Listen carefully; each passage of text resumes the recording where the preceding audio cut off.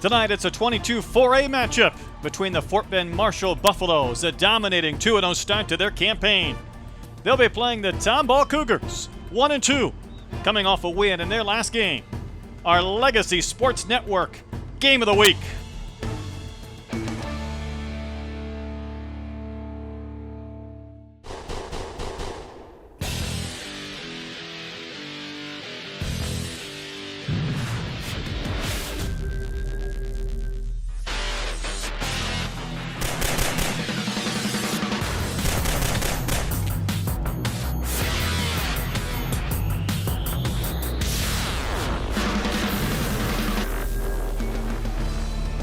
It is a beautiful night for football in Tomball.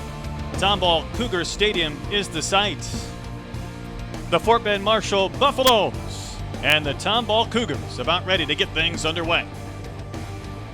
Hello everyone, I'm Brett Dolan with Ken Moore. Great to have you with us tonight for some high school football. Ken, we have two teams anxious to get back on the field. Last week Tomball had a bye. They were not on the schedule to play. Meanwhile, the Buffaloes, one of many teams that lost games due to the weather, both are anxious to play tonight. Yeah, absolutely. Both of these ball clubs anxious to get back on the field after a week off, 14 days of rest. Now they're ready to go at each other once again in a rematch from last season. This Marshall team, last year, they won their first 13 games, off to a great start this year. It is the defense that's been very impressive. Their defense has been outstanding, giving up only one touchdown through their first two contests. As you can see, they're on the big board. They've only allowed 11 total points, 4 of those on safeties, and they've scored 91. And when you look at Tomball on the other side, this is a defense that's really been struggling, giving up over 1,300 yards compared to only 227 for Marshall. It was a Tomball team coming off a win in their last game. They did so with 0 yards passing. They did it on the ground to get those yards to earn their first win. Well, they have a dual quarterback in Weston Shattuck. He's accounted for 587 total yards so far this season. So it's going to be a great ball game out here tonight. Back with a kickoff in a moment.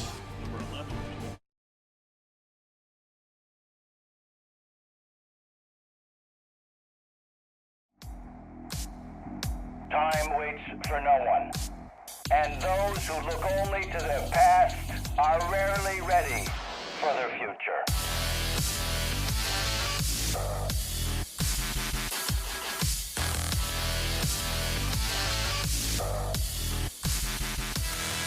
Never underestimate our ability, because after all, we are Texans.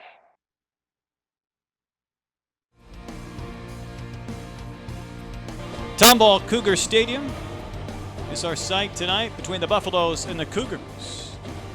Opening kickoff went sailing out of bounds, so Marshall will have it first with good field position.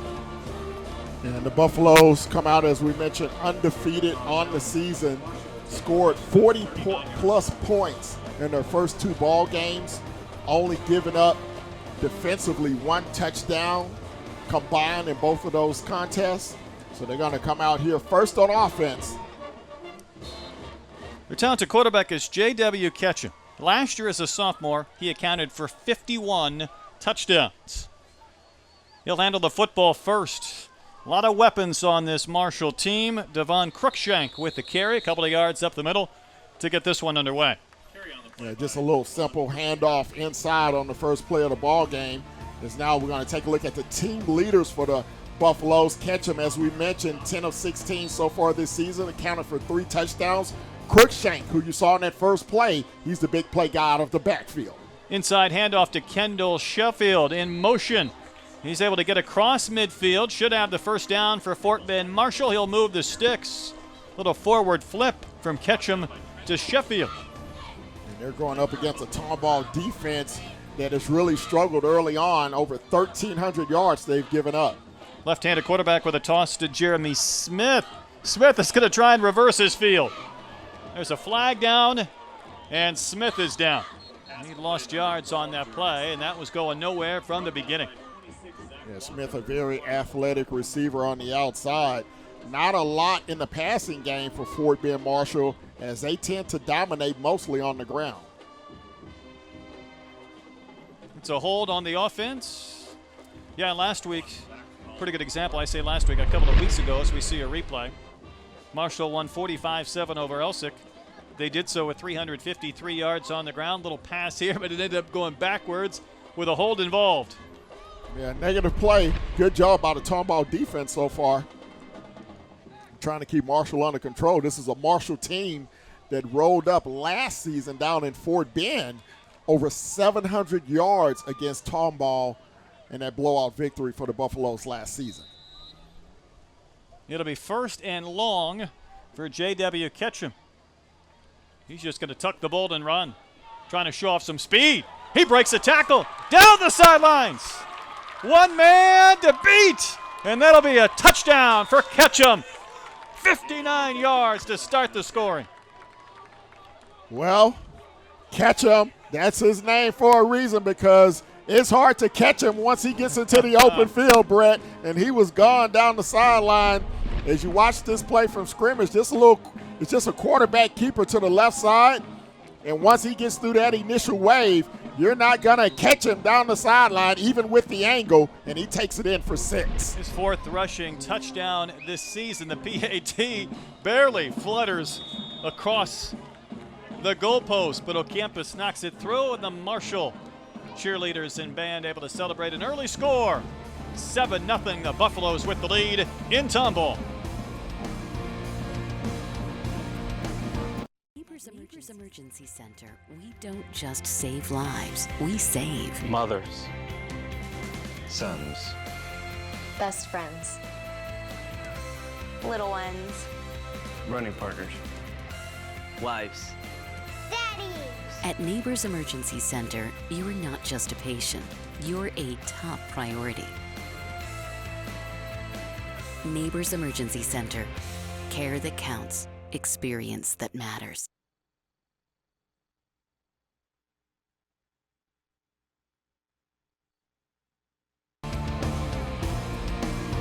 Our Legacy Sports Network Game of the Week brought to you by First Community Credit Union. Think first.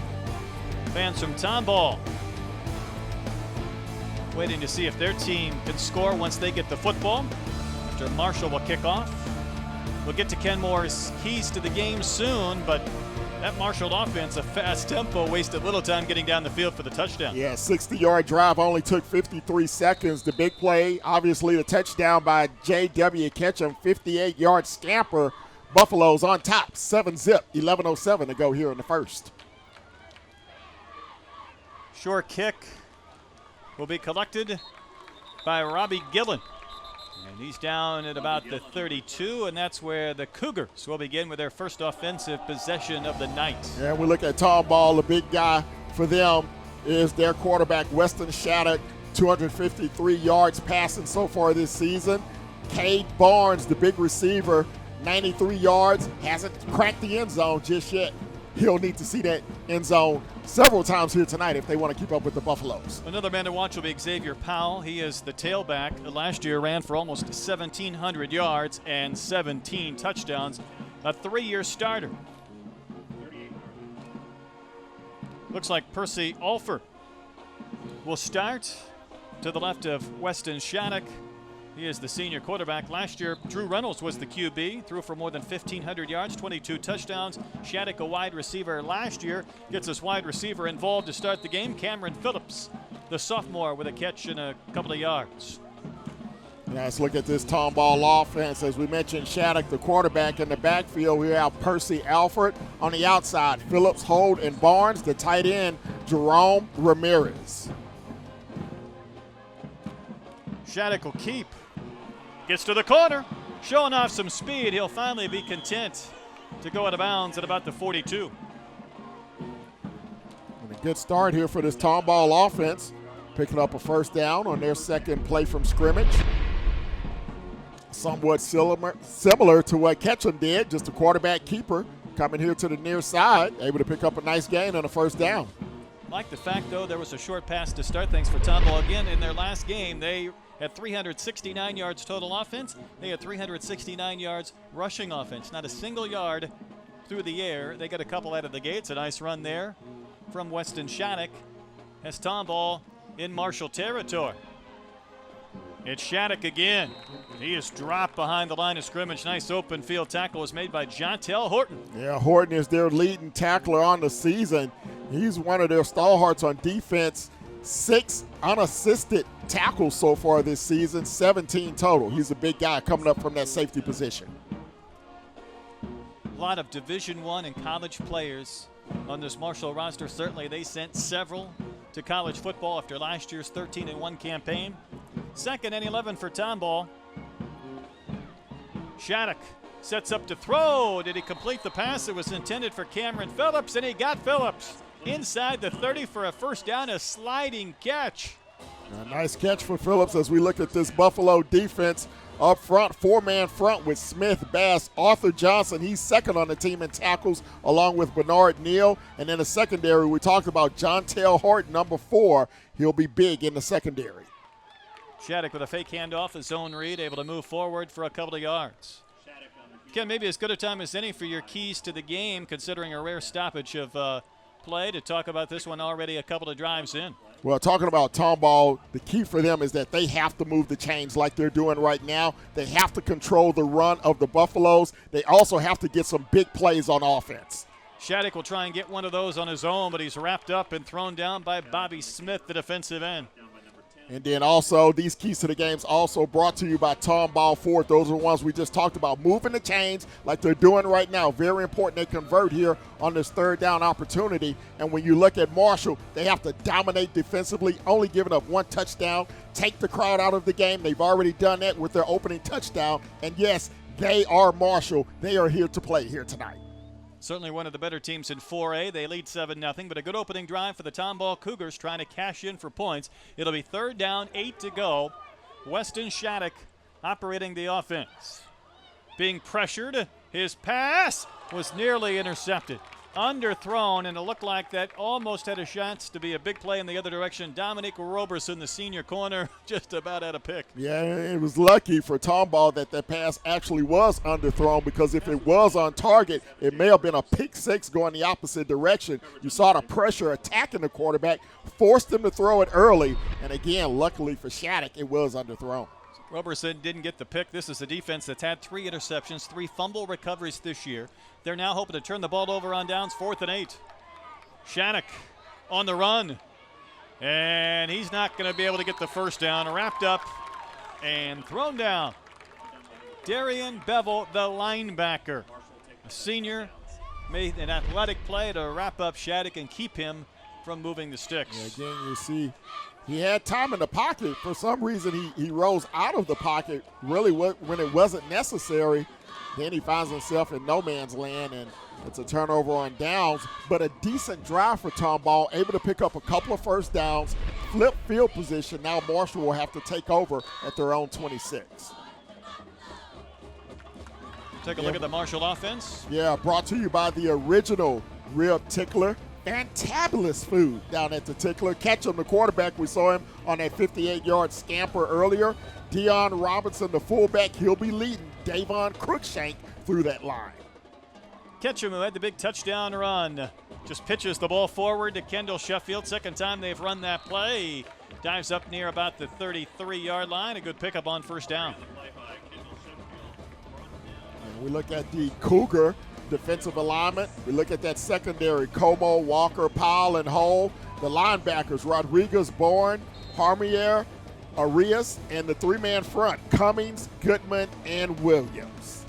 I had some of that Rib Tickler last weekend. Ooh, good. Now I heard it was good. Right down 249, huh? Passes intercepted. Intercepted by Zach Walker. That's his 4th pick already this year. There is a flag down. I thought maybe there was movement on Marshall to begin with. How about Zach Walker? 4 picks. Wow, that's a nose for the football. Always has, and that shows great anticipation, and that's going to be offside against Tomball. Big break for the Buffaloes. We'll see it again here. Let's see if we can pick up what happened. Yeah, big 61 over on the left side, the left defensive end. Zach Cummings negates a pick and what could have been a big play for this Tomball defense. And it's going to be a new set of downs as well, as that's going to move the sticks. Result of the play is a first down for the Buffaloes from the 39-yard Again, this is a Marshall offense that's averaged 45 points per game in their first two. Over 700 yards of total offense for this team. And Devon Cruikshank makes a man miss at midfield. And he's out of bounds at about the 35. Now, Cruikshank last year, Ken, ran for just under 1,100 yards and 10 touchdowns. What a great 1-2 combination between Ketchum and Cruikshank. Yeah, 26 yards on this carry. Look at his legs, how he just cuts once he gets into the open field. High steps through one tackler, then steps out of bounds. Looked like there was some movement in a broken play. Ketchum, the left-handed QB. Underthrows a pass. Yeah, just a little bit off target. And in case you hear a little noise in the background, we're right next to the coach's booth of Fort Bend Marshall. So they're getting a little excited there. As you can see why. They had a receiver running open in the middle of the field, with just a little bit too much pressure on the quarterback to get it there. Eugene Malveaux. So the toss goes to Shane Rogers. Might have another first down. He's inside the 25-yard line. A simple pitch and catch, and this Buffalo's offense keeps moving the football down the field. Yeah, this is a team, they average 331 yards per game on the ground on the season. Keep in mind, they lost a game last week because of the weather. High snap. That football's bobbled. It ended up in the hands of Cruikshank. Bobbled down again. Ketchum's running the wrong way. He just wants to throw it away. And Ketchum's going to stay at his feet. He didn't go out of bounds. He's actually going to pick up yards on that play. Looked like it could have been a loss of about 20, and he ends up getting 3 or 4. That shows you the great athleticism of Ketchum. The junior quarterback goes 6'1", 196. You see it was a high snap, then a mix-up on the handoff to Cruikshank, and it's almost like a Bad News Bears comical right now. And finally, Ketchum will pick it up. He makes lemon out of lemonade on that one. Pass over the middle. Oh, boy. Could have been caught, and it was dropped with nothing but wide open green ahead of Eugene Malveaux. Good pass on target. I think the defender may have stepped just in front of him to deflect his vision. Caused the incompletion. 2nd and 10. Blocking set up for Jeremy Smith. Ball comes loose. Football's out, and the Cougars have it. Football was recovered by Isaiah Rodriguez, the junior linebacker, and we'll take another look. Yeah, just a little quick screen pass. We saw it earlier. It's set up well. 2 blockers in front. But watch the hit coming up right there from behind. Punching it out. Looks like it was 45 for Tomball. That'll be Tristan Bourne, the linebacker, just punching that football free. Great play by the defense to stop the Buffalo drive. Lift for the Tomball sideline. And the Cougars will have it back. Last year this team was 6-6, and their first-year coach Danny Ramsey trying to get some positive yards, and not much there for Weston Shattuck. Yeah, not a lot of yards to be gained. This is a team that's only given up 77 yards per game so far in the first 2 contests. And only 1 touchdown so far given up out of this Buffalo defense. Tomball facing a 2nd and 10. Shattuck working from the gun back near the goal line. In fact, he's in the end zone. His pass was bobbled and caught, and the football's pushed out from behind. Cameron Phillips had it. It was dislodged. Isaiah Adams punched it out, but I think the football went out of bounds before the Buffaloes could recover. See it again here. Well, Cameron Phillips has had a couple of catches, but Ken, you can almost see this developing from behind. Watch him just load up from behind. Adams, watch him load up and punch it right there. That's what you teach your defensive backs to do. We saw that on the other side on the fumble by Marshall, and we saw it there. Great shot seeing that football go out of bounds. Now here's Percy Alford. He's going to bounce it outside. Little cutback shy of the 40, and Alford on a first down run might have about 7 yards. Well, I tell you what, I love what I see from these 2 defenses so far. Both times that the guys have gotten into the open field offensively, you see those defensive players coming from behind to punch that football out, just like they're taught in practice. There's a pro football team across town that wouldn't mind a few of those turnovers, generating some plays. And that one going nowhere. Just a simple dive forward from Shattuck. They may need to develop a few of those on Sunday with those Seahawks coming to town, talking about your Texans there. Didn't need much, though, to move the sticks. Shattuck able to get the first down. More than halfway through our first quarter. Marshall with a 7-0 lead. A near mistake again. Just a factor where there was some miscommunication. Cameron Phillips got the football, and lucky he was able to hold on. Yeah, we've seen both ball clubs now with some mix-ups in the backfield. As we mentioned, an off week for both teams last week, one due to weather, one a scheduled bye week. So a little bit of sloppiness here so far in the first period, but some good defense as well. 2nd and 11. Shattuck with a fake handoff. His throw over the middle. And his pass to Jerome Ramirez is caught, and that'll be another first down for the Cougars. Again, this was a team 2 weeks ago, did not have a single passing yard. Shattuck's able to complete a few tonight, including this one here in your replay. Yeah, Shattuck only 35% passer on the season for 253 yards, but he's looked pretty good so far here in the opening period.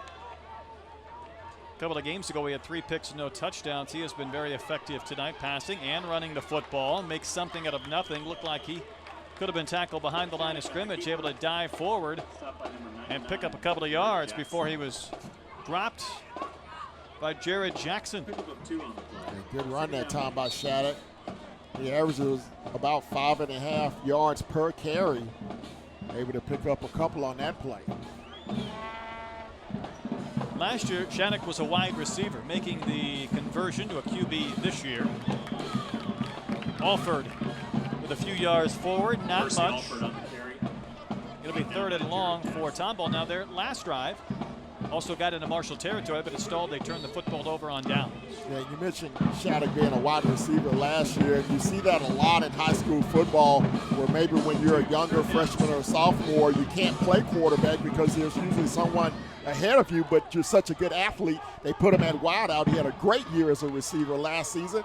Now it's his turn at quarterback. Speaking of wideouts, look to the left side of your screen. That's not trips. That's quads. That's quads. And yet Shattuck spacing the field will get the first down. Very nimble Ken on his feet as he's able to sidestep this aggressive tackling Marshall defense to get yards. And that's a lot of the skills he probably picked up as a receiver last year, running the routes, being able to elude defenders in the open field. And you see it here, he's able to use his athleticism to evade the tackler there and pick up a couple of extra yards.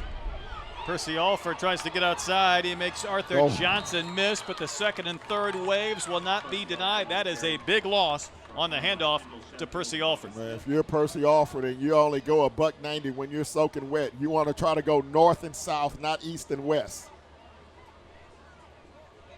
It's a loss of 5 on the play. Loss of 5 on the play. 2nd down and 15.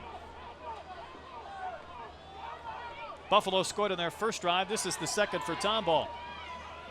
Shattuck being chased. Got to get rid of it. Football is out again. And I think Marshall's got it. Turnover again. And this time, once the football was popped loose, Arthur Johnson, Division I prospect, able to collect. Well, this is a situation here where the quarterback just has to get rid of the football. He has time in the pocket, but once that pressure comes upon him, he just has to throw that football away. Not only does he take the sack, he turns it over. So another good drive by Tomball. This time it ends in a turnover, and Marshall will take over in their best field position so far on the Tomball side of the field. So J.W. Ketchum back out there, working from the Cougars' 49-yard line. And the left-handed QB looking for the deep ball. He's got the home run ball. Jeremy Smith, touchdown, 49 yards. That is the 3rd receiving touchdown this season for Jeremy Smith. Ken, a big guy, 6'4", 185, and once he's able to get loose, you see Ketchum hit him in stride. Yeah, and he beat double coverage over on the far sideline, and again, just too tall, too fast, too strong. He outruns the competition to the end zone for 6. Marco Campus looking to add what would be his 9th point after touchdown this season. Low snap. He's able to knock one through. So 2:17 remains in our first quarter. It's a 14-0 Marshall lead over Tomball on our Legacy Sports Network Game of the Week.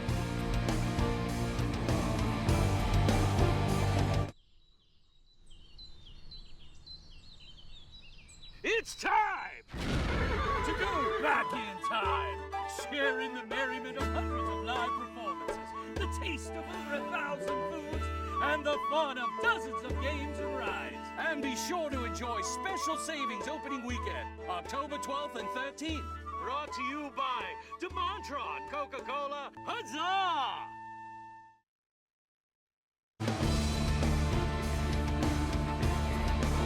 The Buffaloes ready to get the football back to Tomball. They complete their second scoring drive. Ken, this one didn't take long. Yeah, that one only took 9 seconds after the fumble recovery.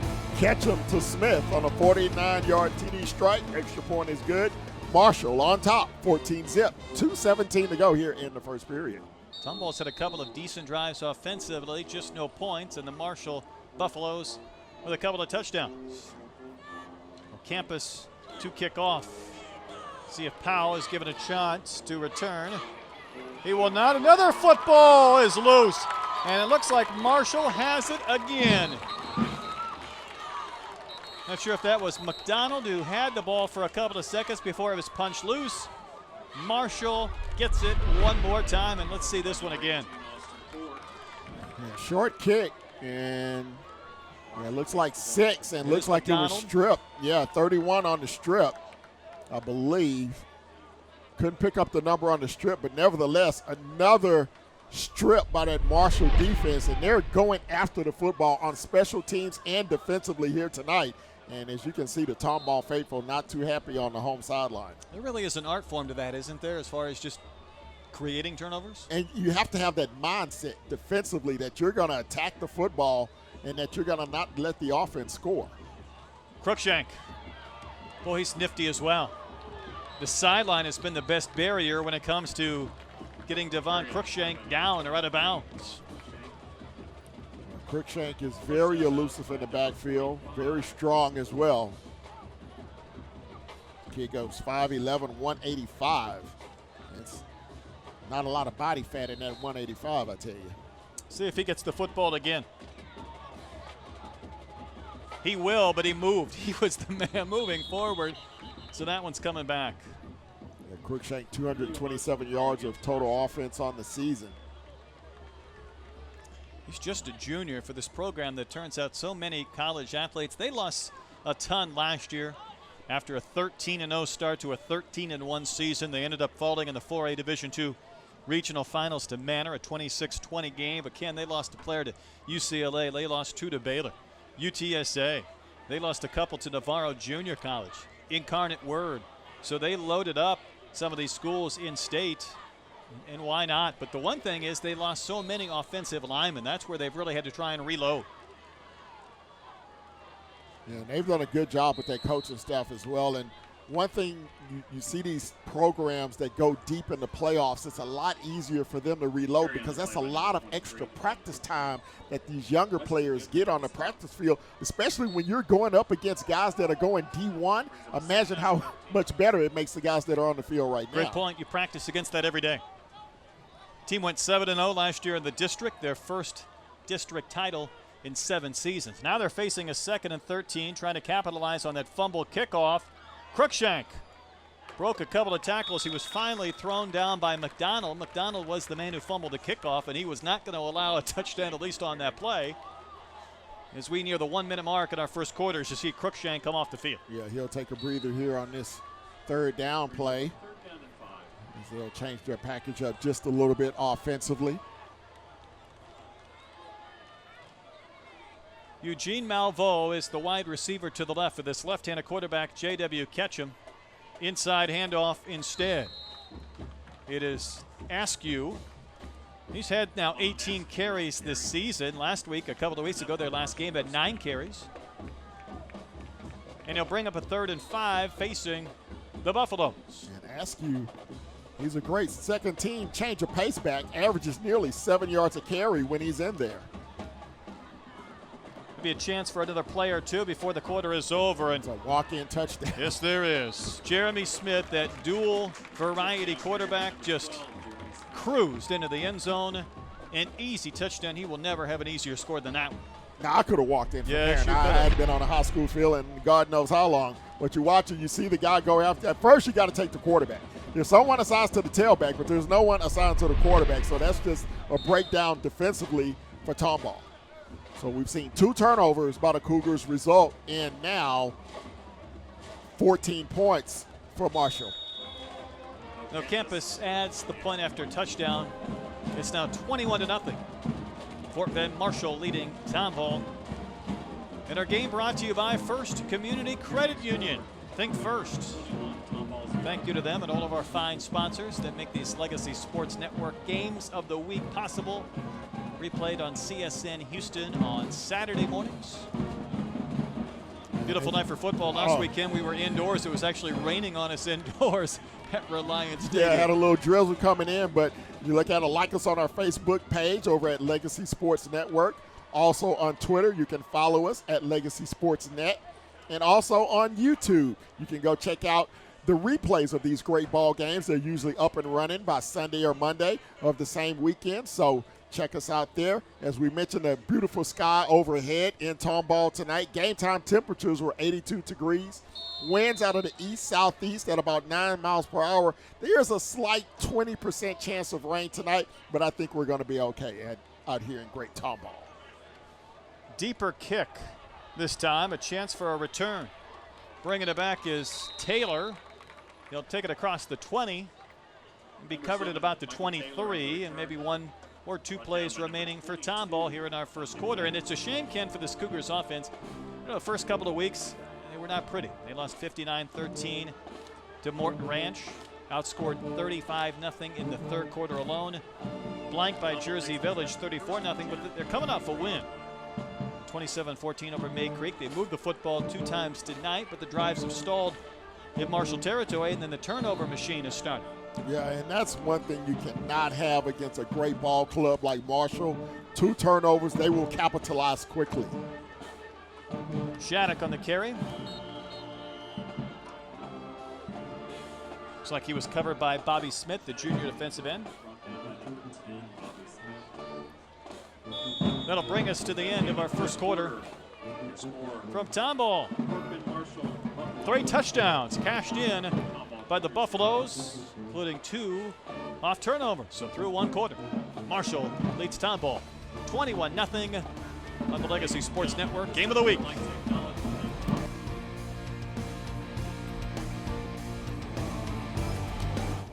That was quick.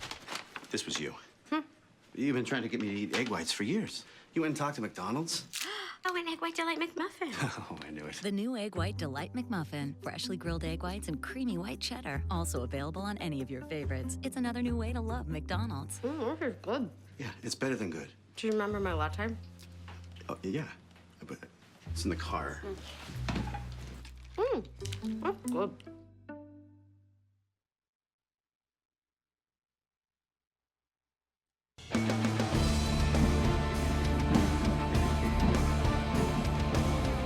Second quarter action about to begin from Tomball. Cougars with the football. They could use some points. It's a 2nd and 7 play. This one's going backwards. Shattuck just didn't have anything but white shirts and gold pants surrounding him. We've talked a lot about this Fort Bend Marshall defense and their alignment. I mean, they got 4 big guys up front. They have fast, speedy linebackers that run sideline to sideline. And that secondary is not too shabby either, led by John Taylor Horton. That pass was deflected, and you could see the pursuit coming off the edge. It was Isaiah Adams, kind of a nickelback, who was on the blitz, and he caused all kinds of problems for Shattuck. And this is where you do not want to be if you're Tomball in 3rd and long situation. As we watch it here, you see the blitz coming from the outside, and again, just a blown assignment. Nothing doing on that play. It was a quick kick. So a 3 and out for Tomball as they try to regroup there on the far sideline. Marshall coaching staff reloading the troops as they lead it 21-0. Beginning stages of the second. It's Coach Ramsey, second year, the helm of this program. Last season 6-6, and Ken, they started 0-4, and from that point on went 5-2 in district play. One of those 2 losses, of course, came to this very talented Marshall team that didn't lose until their 14th game of the season. Yeah, and this is a Marshall team that they gave up over 700 yards to last season. It was a tight ball game. I think at one point in that ball game it was tied early on, but Marshall exploded later in that ball game. Ketchum with time to throw. Ooh. That pass was nearly intercepted. That may have been our guy again coming flying in there, Zach Walker. You can pick it up here. You see Ketchum just rolling out. And yeah, just let your guy 26. Yeah. Well, he has the nose for the football. Made his fourth, what would have been his 4th interception of the year, negated by a penalty. Just about came flying in there. Running play instead for Askew. Damon Askew. Second time he's carried the football tonight. Askew came in 17 carries, 116 yards on the season. 30 has been his longest run so far in this young campaign. He'll flex out, catch him on 3rd and short, will run. He'll have the first down. He's near the 49 and thrown backwards. Forward progress should be enough. We'll see what type of spot he gets. He needs to reach about the 47.5. Ketchum is definitely a dual threat at the quarterback position. Completes about 62% of his passes. Also rushes for about 9 yards every time he keeps the football. I don't think the Buffalo's got a very good spot. That ball's marked at about the 47. They're eyeing it up from across the field, but I thought he was clearly beyond that and then thrown backwards. Yeah, I'm going to have to see that again. Yeah, I would agree with you. It looked like he definitely had first down yardage prior to being pushed back. They're going to bring the chains from over here on the near side all the way across the field to measure this one out. Yeah, I'm going to need to see this one again because I thought he was clearly beyond that. We'll see the sticks. I got a feeling he's going to be a little bit shy, and we'll find out. About half of football's length. Yeah, good eye, partner. Brings up a 4th down and short. Let's watch the end of this, Ken. I got to believe he's past the 47. Yeah. In fact, yeah, I think right about there, the 48 right there. And then he's pulled back. Yeah, that's forward progress would have been enough for a first down. So Tomball given a bit of a break, see if they can make a stop, get the football back. Well, you know Marshall is going to go for it here. Coach Williams going to keep his offense on the field. One thing about these teams, Ken, that operate from the shotgun, they rarely go under center. Situations like this almost require that. I'm curious to see what Ketchum does. He's yet to go under his center, which is Clifton Collins. Now he will. And he should have the first down. In fact, he will. No need to measure here. He's in the Tomball territory. That's a big, strong kid, and he's just a junior. But you see that size and strength as he just goes right between guard and tackle, and he just pushes those smaller linemen for Tomball back about 5 yards. Well, he's a good runner, good size, as you mentioned. Also a left-handed quarterback. I want to come back to that after this running play, which will pick up a couple of yards. Just not much there. That was Askew again.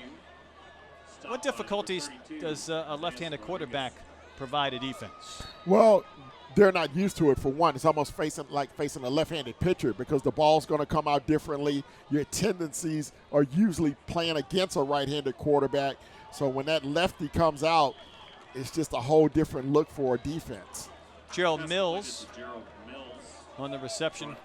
He was hauled in by Tristan Moore, and he picks up maybe a yard or two. It'll be 3rd and long, about 3rd and 8 or 9. You got to remember his strength more than likely is going to be rolling left, where the majority of your teams, their quarterback is going to roll to the right side. 3 receivers to the left for Ketchum. Likes to pump fake a lot. Buys some time looking for a deeper play. And in stride, able to hit Jeremy Smith. Was he inbounds? Yes, fine play. And that's a gainer down to the 28 or 29. Almost like a Ben Roethlisberger who likes to hold that ball, pump it. Watch Ketchum here. Who just one hand pumps it, brings it down, pumps it again. That freezes the secondary now, and that allows his receiver to run free, and he's on target for a first down. Real nice catch. Ketchum now to run. Makes a man miss at the 5. The spin, the dive, and a touchdown. What an athletic play from Ketchum. He earned that touchdown with an individual effort. And you saw the entire repertoire from J.D. Ketchum on that drive. You saw the rollout to the left, the roll to the right, the pump fakes, hitting his receivers in stride, tight rope in the sideline, the quarterback sneak for the first down, and then he caps it off with a fantastic touchdown run. Highlight reel type stuff. Ocampus with his 4th extra point tonight. Marshall has extended the lead over Tomball to 28-0.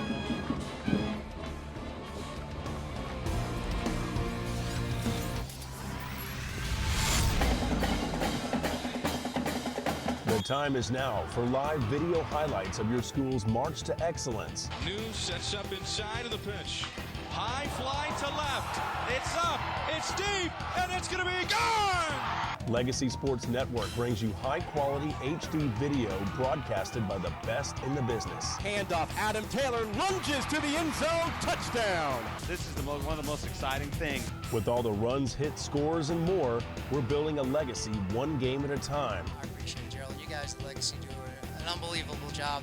Join us on pay-per-view or video live streaming your favorite high school and college athletics at legacysportsnetwork.com.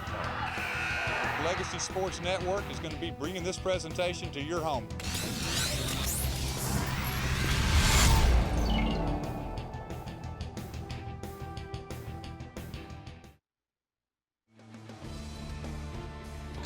Getting Craig Biggio involved in that promotion. Oh, bitch. Michael Taylor. Some positive yards across the 40. Returns that kick out beyond the 45. Tomball needed a play, down 4 touchdowns, and Taylor gave them a boost. Yeah, good kickoff return. That'll give them good field position. 8:55 to go here, second period, and they need to capitalize on this good field position. That last drive for Marshall capped off that tremendous touchdown run of 28 yards by Ketchum as they lead it now 28-0. So time for this Tomball offense to try to put some points on the board. Shattuck again to operate. They'll fake the handoff. Race off the right side of the line, stuck up at midfield and then thrown backwards. Darian Bevel, one of those in on the stop. Seems like there's that zone read immediately for Shattuck, either with Alford or Powell, where he puts that ball right there, and it's his quick decision whether he wants to continue that handoff or keep it himself. Yeah, and of course you see that prevalent in high school, college, and now into the professional ranks. That's the offense of the present and probably of the future in football. Whoa. There's a misread there as 2 receivers went inside. Quarterback thought one of them was going to break to the outside, so one of the receivers, 9 or 17, one of them ran the wrong route there. And you look at Phillips and Como. One of them, but they both zigged, and one of them was supposed to zag. Can't have 2 zigs. Can't have 2 zigs. No. That's not going to work. And I think Phillips was supposed to go outside. 3rd and 8. Shattuck with time to throw. A couple of times tonight with time he's been able to make plays, and he makes another for the first down, and that was Cade Barnes. And Barnes making his 6th catch of the year. He had 4 balls he caught against Jersey Village alone. Pretty good play, and we'll see it again.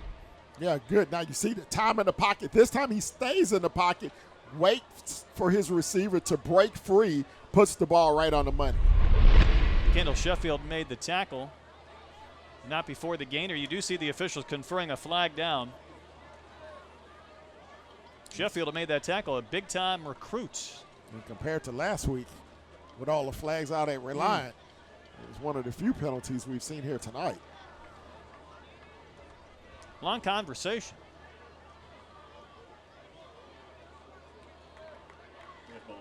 Personal foul on the Cougars. Well, they're one of the few big plays that they've had tonight, and you get it wiped out by a penalty. That's unfortunate. Let's see if we can identify what may have took place.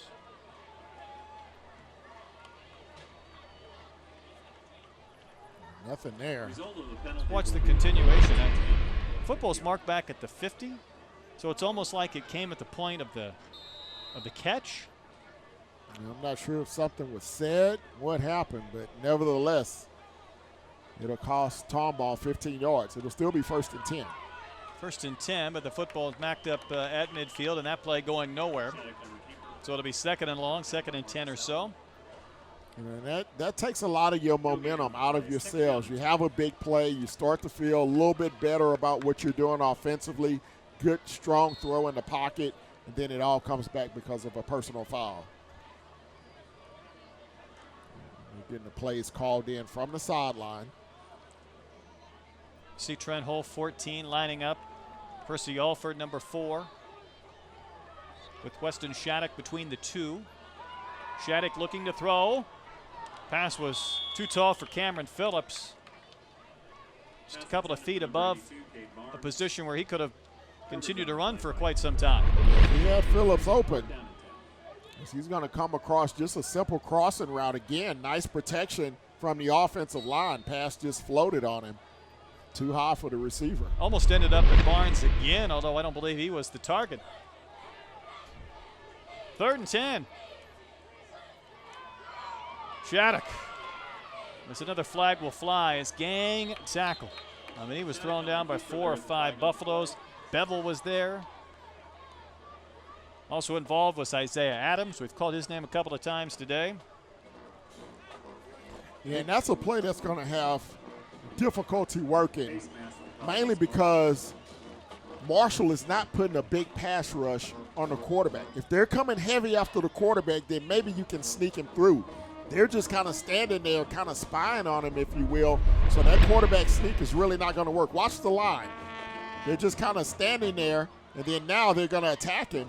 There's just really nowhere for him to go. Was a face mask early in that play, and you see that flag down behind where the play was blown dead, but there was a face mask on the Buffaloes defense, and that'll give Tomball a bit of a boost, down 28-0, seeing if they can complete a march after a couple of times in that first quarter, getting into Marshall territory but having the drive stall.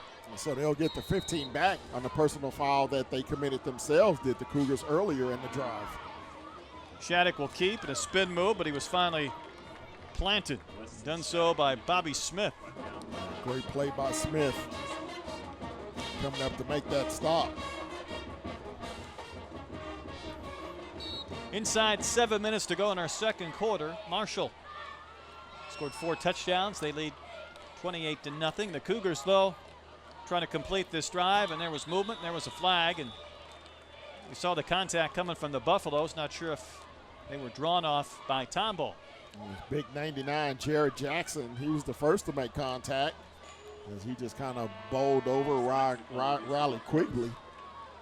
So it's going to be another 5 yards against the Marshall defense, and they're kind of helping this drive along now for Tomball as we approach the 6:38 mark. Ken, with that shot, I love these uniforms of both of these teams. Oh, it's very aesthetic, especially for high definition. If you're watching this game in high def, Tomball with those red jerseys with the gray mixed in, and the ball is on the turf once again. Percy Alford had beaten the blitz, and it looked like he had a lot of green ahead of him. Old grass, old-fashioned grass here at Tomball, and that ball was kicked loose, and somehow the Cougars able to get it back. Watch the blitz come, and watch Alford with the first break. With all this penetration and pursuit, whoop, there he goes. But you'll see the football come loose. Stripped again, so you know that's taught by Marshall. That's about the 4th time tonight that they've stripped the football. Quick running play results in a very short game. 3rd fumble for Tomball tonight. They've lost 2.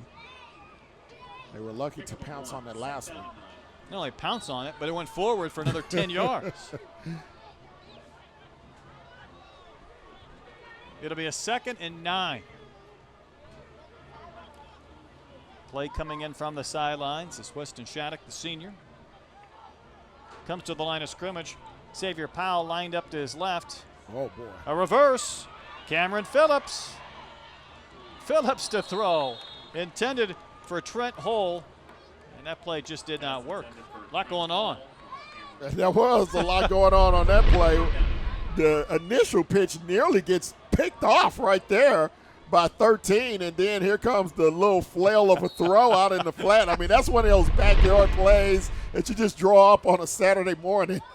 And it still almost got there. I mean, still. Hey, why not? I mean, why not You try draw and that up in the dirt, baby, in the backyard. make a play. Tomball needs to make one here, and this one not going anywhere. And that was real good pursuit by Dominic Dykes, I think, and Arthur Johnson. Yeah, Johnson, their second leading tackler on the season. He's one of those big D linemen, that right defensive tackle. And I think they just need to discard their quarterback draw. I mean, it is just not set up to work against this type of defense. Well, I thought Shattuck was going to be snapped in two. He was engaged low and pushed back from the pile. It's 4th and 11. Football marked at the 15. With 10 on the play clock, they may end up burning a timeout here as they look a little discombobulated offensively over there on the far sideline. Tomball will indeed call a timeout. Danny Ramsey, his second season. Timeout called by Tomball. Here with Tomball. Big 4th down play, obviously 4-down territory, down by 28. We'll see what the coaching staff draws up when we return here on the Legacy Sports Network. This is not my home. There, I said it. They don't have pictures of my kids. They don't have my yoga mat. And still, I feel at home. Could it be the flat screen TV? The not so mini fridge? The different free dinner almost every weeknight? Or maybe it's all of the above and all the rest. Am I home? Nope, but it almost feels that way. Homewood Suites by Hilton. Be at home.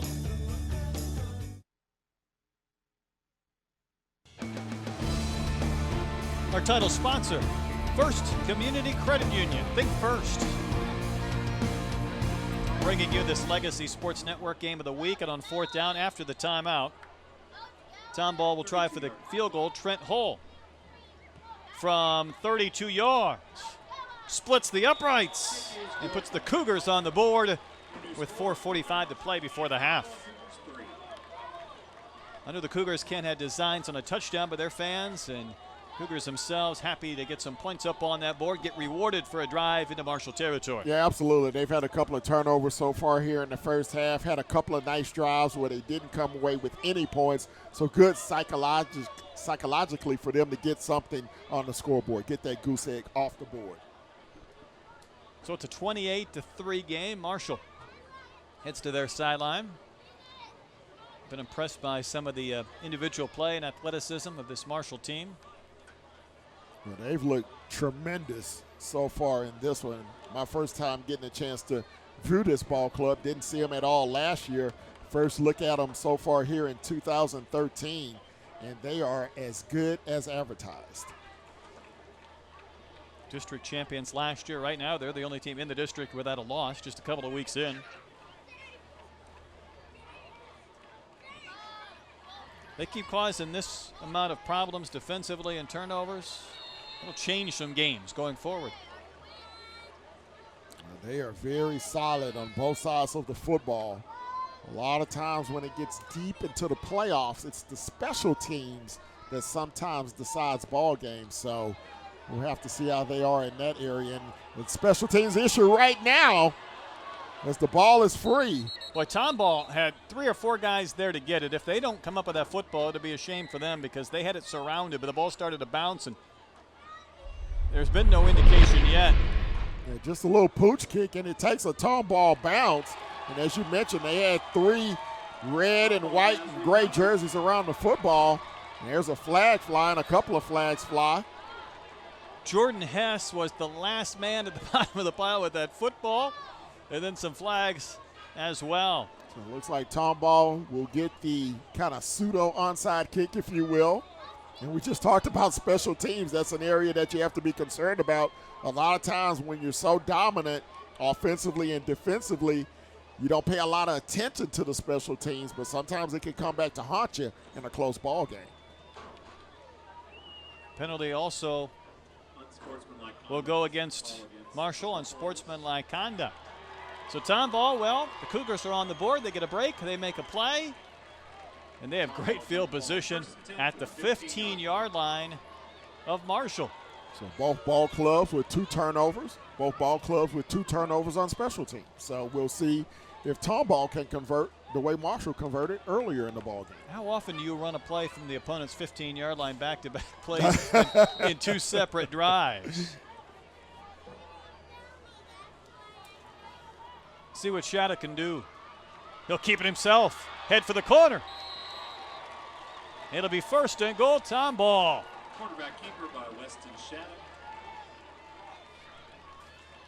So the Cougars starting to make some plays. Nothing fancy here, just a little option, and Shattuck able to keep it. Good block by Rico Santana, number 78.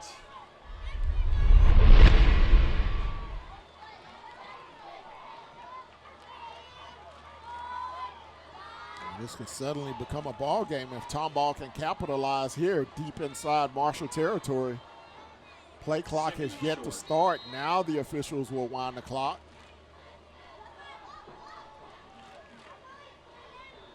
Play being relayed in from the sideline. Powell stands to the left, takes the pitch. Powell tries to get to the corner. And he will race into the end zone, splitting a couple of Buffaloes for the Tomball touchdown. Well, that was a great play by the quarterback, Shattuck. He saw the defensive end collapsing on him, got the pitch out quickly to Powell, and Powell takes it in for 6. Scored 16 touchdowns last year, so no stranger to the end zone. You see the high fives and handshakes on the Tomball sideline. Boy, Ken looked like he was going to be. Watch him come in quickly. Boom, there's the pitch out. But right here, it looked like he was surrounded. Yeah, good blocks, though. He got some good blocks on the outside from the receivers to let him get through that little slight edge of a hole that he was able to squeeze through. And the extra point was added by Holt, who just kicked the field goal a couple of seconds ago, but it gets the extra point. We went from a 28-0 game to a 28-10 game in a hurry, and the Tomball fans have their turn to enjoy this contest. Yeah, Cougars right back in it. 4:24 to go here in the ball game in this first half. Now a little excitement on that far sideline and maybe a little cause for concern over here on the Marshall side. I could almost anticipate what both coaches will be telling their teams at the half. Hold on to the football.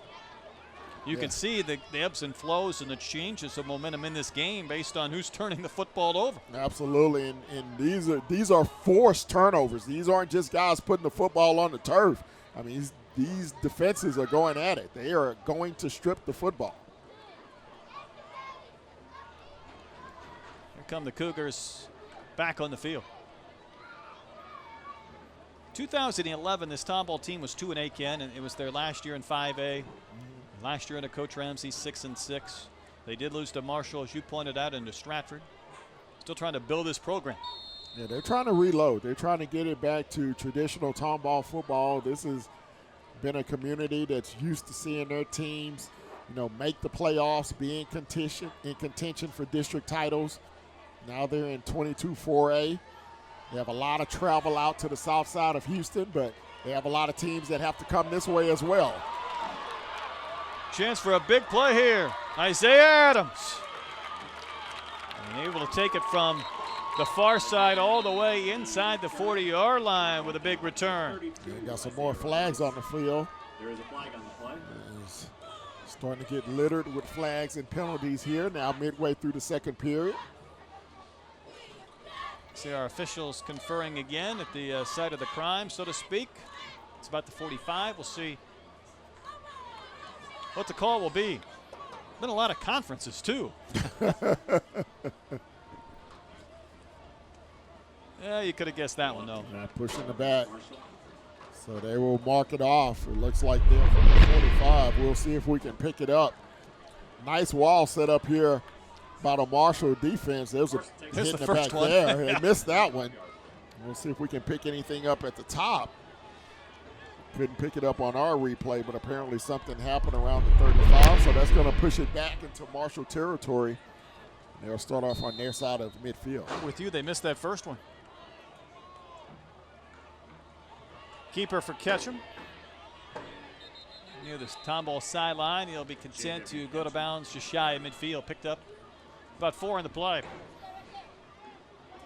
So now if you're Marshall, you want to regain that momentum You want to make sure to take care of the football. Don't give Tomball another short field to work with. You want to drive down, try to put some more points on the board before halftime to reestablish your dominance in this ball game. See if they get Crookshank involved. It's a fake handoff to Crookshank. Deep ball intended for Smith again. And Ketchum led his target by a few yards too many. Coverage on the play by 26, Zach Walker. Zach Walker was on coverage, but now it's 3rd and 6. And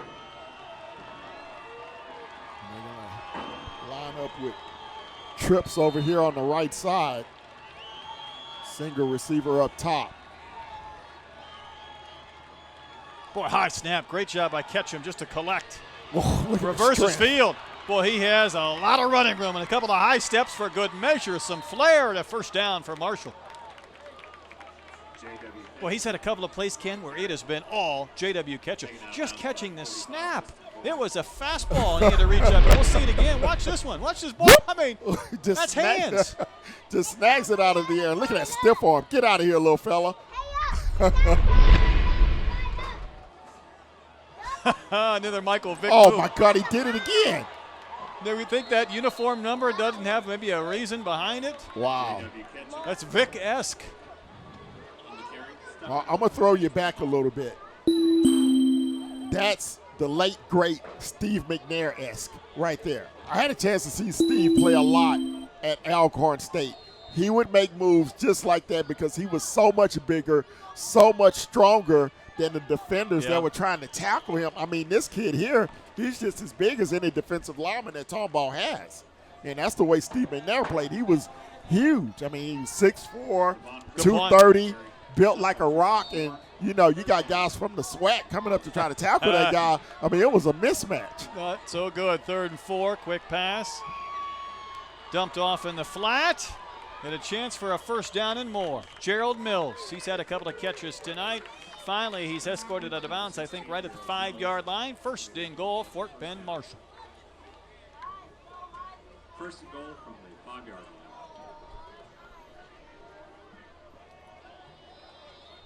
So it's 28-10, our score. Handoff to Crookshank. Driving for the end zone. He's down, maybe at about the 1. Nearing the 2.5-minute mark of a entertaining first half. One time it was 28-0 Marshall. The last 10 points run off by the Cougars. Marshall trying to punch it in again. They're kind of slowing it down now. 15 on the play clock as they wait for the play to be called in. And they have the entire offense at their offensive playbook at their repertoire right now. Keep in mind, last year Ketchum had 51 touchdowns, but he'll give to Crookshank. He will just cruise in for the score. Touchdown, Marshall, Devon Crookshank. Boy, what a 1-2 punch.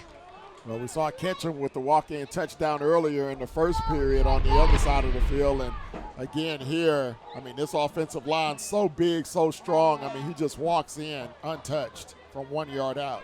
Herman Fisher, the left tackle with a big block, 6'2", 255-pound senior. Marco Campus to add the extra point. That one will coax through. No, it missed. Beg your pardon, no good. So score remains 34-10 at Fort Bend Marshall. You see 2:06 remaining in our second quarter. That big offensive line replacing so many of those Division I prospects up front. Done a pretty good job this evening. And that last drive, 55 yards, took 2:05 off the clock. Crookshank, the 1 yard touchdown run. And that's where we are right now, 2:04 to go for half, 34-10. As they prepare for the halftime show here in Tomball this evening. And it is senior night here in Tomball. So a lot of the players be honored at halftime. See the parents lining up over on the far side. So good atmosphere out here in Tomball this evening. Senior night in September. Get it in while you can. All right. I was thinking maybe a homecoming, but you know. High kick and a chance for a return from Powell. Xavier Powell with a head of steam. Pulling tacklers across the 35. Pretty good ball player there as well. Yeah, he's a big kid. He's got good athleticism. You're that big, you're on the kickoff team. That shows you're pretty nimble on your feet. He wasn't there to wedge block. He was the man being blocked for, and we'll see him take it from about the 8 and just nothing fancy, just come right up between the hashes. Man, a big fella. You see that, Drew? You don't see anyone running to try to tackle him head on. That's for sure. And do we have another penalty flag down? We do. It's almost impossible in today's day and age in high school football. It doesn't matter the team, the opponents, the state. It's almost impossible not to have a penalty on the kickoff. Tomball's got it. First and 10 from the 42-yard line. Tomball will start from the 42. They do have time. Almost 2 minutes to go in the half. They've scored 10 points in their last 2 drives. And see if Weston Shattuck, the quarterback, can lead another drive down the field.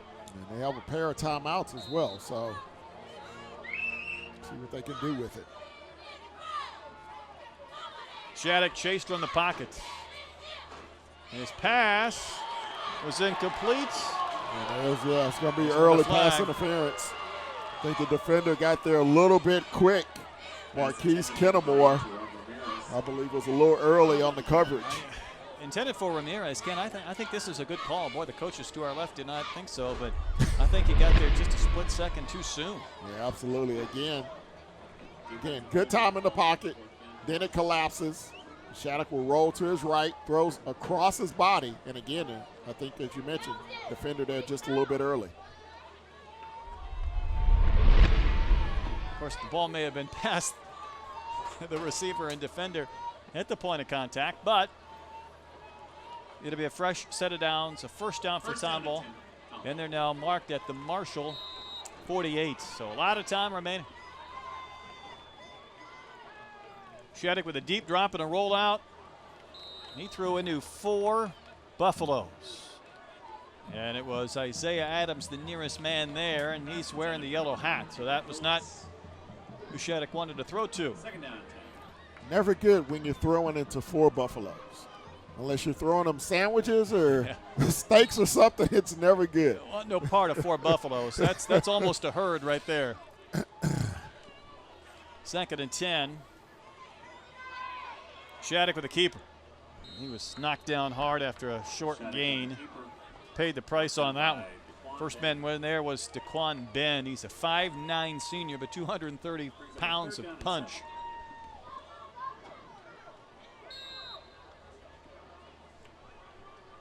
So it's 3rd and 7. Bobby Smith came on. He's the defensive end on the right side of the line for Marshall. Yeah, being on the season with 6 unassisted tackles. 1 minute to go. And the running play may be close to a first down. Powell again. Ken, where they make the first contact and where the football is marked, there's usually about a 5-yard disparity. Yeah, the officials just a tad off on their down and distance so far here in this one. Powell again. Powell inside the 25 and dropped at the 22-yard line. Taken down by Jordan Horace, the senior safety. That'll stop the clock, and there's a Buffalo down at the 35. As we say, the inside handoff there, and Powell again. All he needs is a tearaway jersey. I think it's Ben who's hurt, the man we just were talking about, number 44. And he's up. He looks like he's okay. Yeah, may have just gotten the wind knocked out of him. See the big fella. Good news. So the clock stopped as he comes off with 36 seconds to play in the half. Yeah, and that'll save Tomball a timeout. So that'll give them a chance to regroup, get a couple of plays called for Shattuck and company.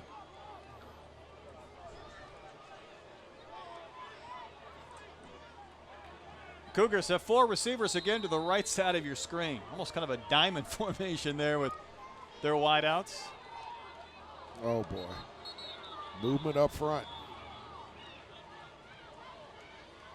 We've seen a similar play once tonight. At that time, it was called against the defense. We'll see if maybe the defense here was drawn off sides or not. Marshall really does not have that play defended well because they only have 3 defenders to the 4 receivers. So if you throw a quick screen pass, you should be able to pick up some nice yardage on that far sideline with that quad set.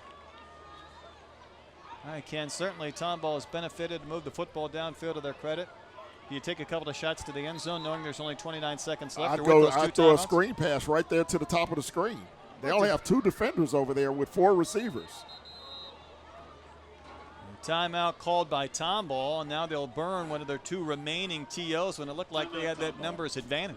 I think they had the perfect play call right there. I mean, you saw it right there at the top of the screen. I take 4-on-2 every time. You got a deep safety back at the goal line, but that play's going to easily pick up 5, 10, 15 yards. That's what we call fast break in basketball, 4-on-2. You take that all day long and twice on Sunday. So we'll see what the coaching staff comes up with here in the final 21 seconds. As you mentioned, only down to 1 timeout remaining. So that may be key in case they don't pick up a first down and if they don't get out of bounds to stop the clock. That's where you hate to burn that timeout. You're right. Gives you another chance to throw over the middle and stop the clock because Tomball in great position to get points, but down 24, you know they want 7 and not 3. These guys here, Slant. I want to get in. Future years, they'll be Cougars. Yeah, they're discussing the what should be done here on this play. No shortage of opinions in the stands. So same lineup. Let's see what they call. 1st and 5. Oh, my goodness. Wow. No timeout, I think, on the defense first. I think Marshall called timeouts.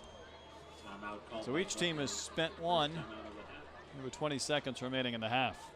So now Coach Williams Corners wants to decide what he wants to draw up schematically. And Tomball staff, Coach Ramsey and company, maybe rethinking what they want to do offensively. It's almost like an NBA situation, as you mentioned. You know, you get to those end-of-game situations in the NBA, you got teams calling timeout back and forth, and the last 2 minutes of a ball game takes half an hour. We just can't move the football to the other side of the court or the other side of the field with a timeout with a 20. Now they do need to reset the game clock because it went from 21-19 even though a play was not run. So the officials, if the coaches catch it, they need to reset the game clock, and they just did to 21 seconds. And we'll get ours changed back to 21 seconds. So here come the Cougars. Now they've gone away from that 4 wide receiver formation. Xavier Powell, why not? See if he can make a man miss in space, and he was chopped down hard by Dominic Roberson, the senior corner. Oh, that was a great open field tackle by Roberson. You get Powell one-on-one against a secondary guy, you think he's going to win that battle, but Roberson comes up and makes a heck of a stop, and now Tomball has to burn that final timeout. You'll take this all day if you're Tomball. One-on-one, but look at it. He goes low. Perfect tackle on that play. Right to the thighs. Because Tomball had to burn a timeout. Yep, they've used their last. So now this play has to go beyond the line to gain, which is the 8. So, the 13. They have to pick up a first down here or go for the touchdown. So a lot of discussions here in the last 30 seconds or so of game clock with Tomball on the move, but down 24 points in this 22-4A matchup here from Tomball Cougar Stadium. District opener for both ball clubs here tonight. Janik awaiting the football. Quick pass, he had the receiver open, he hit him on the shoe. Intended for Jerome Ramirez. He had that inside position, but he missed him. He had a blitz coming from his right side as well. Top of the screen, watch the outside linebacker. He times it perfectly, puts the pressure on him, forces him to throw it early. So it's 3rd and 1. Well, even more important now that they get a first down. Otherwise, you can't spike the football, and you don't have a timeout. So if they don't get a first down here, it'll be the end of the half. Shattuck to throw. Low throw again, Shattuck off target. That's one of those throws where your quarterback's not concentrating. That was a lazy throw in the flat. Did not get his feet set properly, just kind of tossed it out in the wind, falls harmlessly to the turf. 10-4 Ramirez, and that'll bring on Trent Hull. He's made one field goal from about 32. This one looks like it'll come from the same distance. Placement, the kick. It looks good. It is good. Nice kick. Is good. New score, Tomball Cougars 34-13. I believe the clock just expired. They let the clock run on that one. Does that bring us to the half, or are they going to put time back on? We're going to find out. They should put time back on unless we have a running clock. And it looks like both teams are headed to the locker room. All right.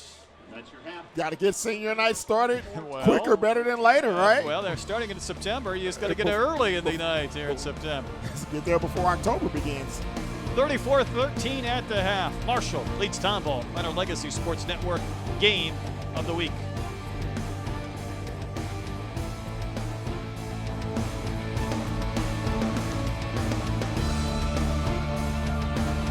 If you're looking for the best selection of crawfish on this side of Louisiana, the Louisiana Crawfish Hut is the place to go. Our seafood selection will make you go home completely satisfied with our dishes, such as our Oyster Louie and Hut Platter, not to mention desserts that will cure your sweet tooth craving. The Louisiana Crawfish Hut offers any type of atmosphere you're looking for, whether day or night, 7 days a week with the best service you will find around. Come in and watch your favorite team on any of our 16 TVs. The Louisiana Crawfish Hut, located off Highway 90 in Crosby, offering the best that Louisiana has to offer here in Texas.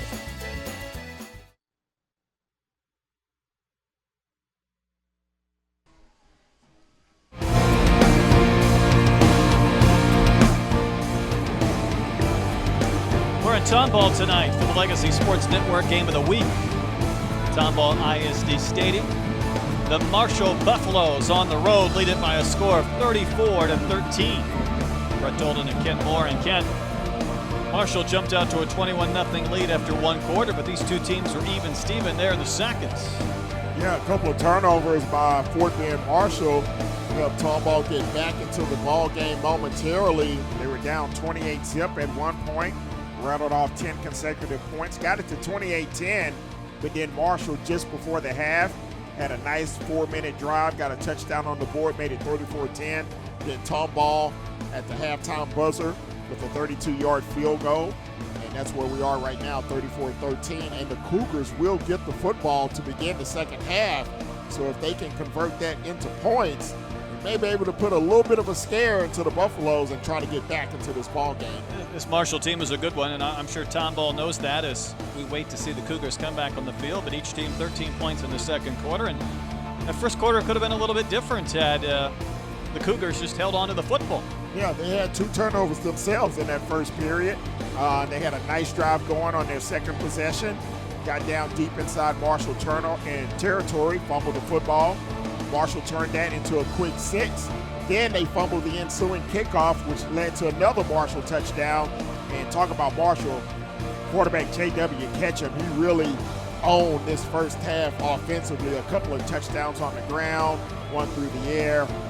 He's really been a dynamic specimen out here tonight for the Buffaloes. Great word for it. I'm going to wait a little bit later on in this game and get your impressions after we see 3 quarters, maybe a little bit more on his potential. I mean, the kid is a sophomore, counted for 51 touchdowns, and he might be on a path where he equals or surpasses that number this season. And he's surrounded with a lot of great talent on the offensive and defensive side of the football. And what makes them so explosive is really their defense. That's their beck and call. Only gave up 7 points in the first 2 ball games this year, so they've given up more points tonight than they did in the first 2 games combined, but they give their offense a lot of opportunity to score, and that's what makes this team so tough to beat. Buffalo's waiting for the Cougars to come back on the field.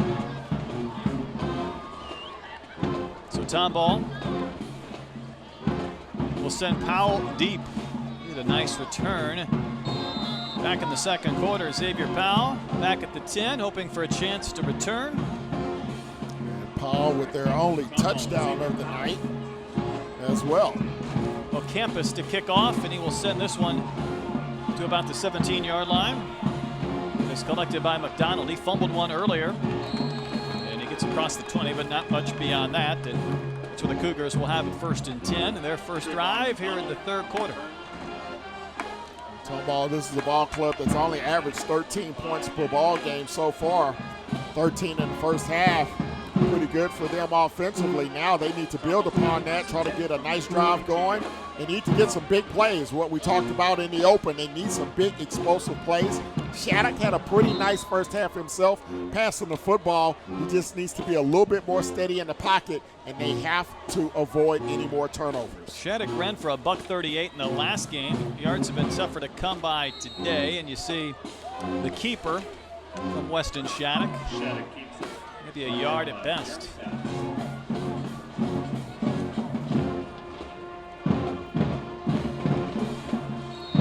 This is a Marshall defense. Very stout. They run a traditional 4-3. Shattuck to keep again. Makes a man miss. He's to midfield. And content to step out in Marshall territory. And just mentioned he ran for $138 in the last game and picked up a chunk on that play. Yeah, 30 yards on the scamper by Shattuck. Again, reading that zone read. The defensive end crashes down. He reads it perfectly, breaks into the open field, and gets out of bounds. In that replay, you could see the essence of that zone read. Almost pulled the ball out of the running back's hands. Shattuck again to keep it. A couple of times, Ken, it's almost as if that ball is in the ball carrier's hands when he yanks it back and then heads for the corner. That's the perfect zone read. You see Bobby Smith, number 10. That's the defensive end at the top of the screen. That's his key. If Smith crashes down, number 10 there at the top, that means Shattuck will pull it and keep it and run around in. This time the handoff goes to Percy Alford. You had to keep those interior linemen honest and give it to that running back from time to time, although running room is sparse for Percy Alford, the junior. Brings up a 3rd down and 1. Well, that time the ends played a little more lax. They did not crash down. Thus he gave it to the inside back. Picked up a nice gain. 3rd and 1. Let's see if Marshall jumps. May have been the cornerback who jumped offsides. Ken, I don't understand that one at all. Kendall Sheffield was lined up with Cade Barnes, and we might have to see a replay to see if the corner jumped. It was just out of my field of vision. Nevertheless, it's going to be an automatic 1st down for the Cougars. And Alford got stuck. Got hit hard by Isaiah Adams and company. He got tattooed a couple of times on that carry. Initial hit by Isaiah Adams. Junior tailback goes 190, and he's going to head to the sideline after that 1-2 punch. 1-2 punch and a loss of 2 in the play. And he tries to bounce it outside, and there's nowhere to run, nowhere to hide. That's the big hit right there. That was Sheffield. Looks like Powell wants to pass, so he was showing pass, but he's just going to lower his head, and he got popped out of bounds by Daquan Ben. Xavier Powell on the carry. Xavier Powell, big, tough kid.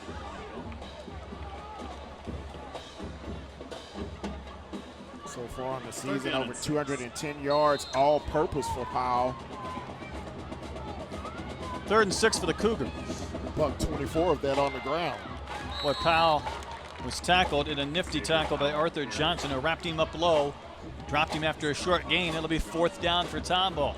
Real conservative call that time by Coach Ramsey. As we mentioned, Shattuck has had some success passing the football. Surprise, they go to a simple dive play there on 3rd and long. So it's 4th and 5, and the Cougars just a bit out of field goal range and down 21 points. Of course, we'll go for it. Weston Shattuck with the deep drop, setting up that screen, and boy, Powell might have had the 1st down had he been able to hold on. It's like the blocking was set up too, Ken. It couldn't have been set up any better. Watch this. The linemen sell it, let the defense through. I mean, he's got an armored truck in front of him, 3 of them, ready to go, and he drops the bag of money. Wow, critical turnover on downs for Tomball. That was a big play waiting to happen. Excellent call by Coach Ramsey. It just was not the execution that he called for. William McElvoe was going to provide him a convoy of blockers for a first down and more. Instead, Marshall will have the football. Cruikshank gets the first carry. Able to spin away from a tackle attempt, but not the second, third, and fourth, and he'll pick up just a couple.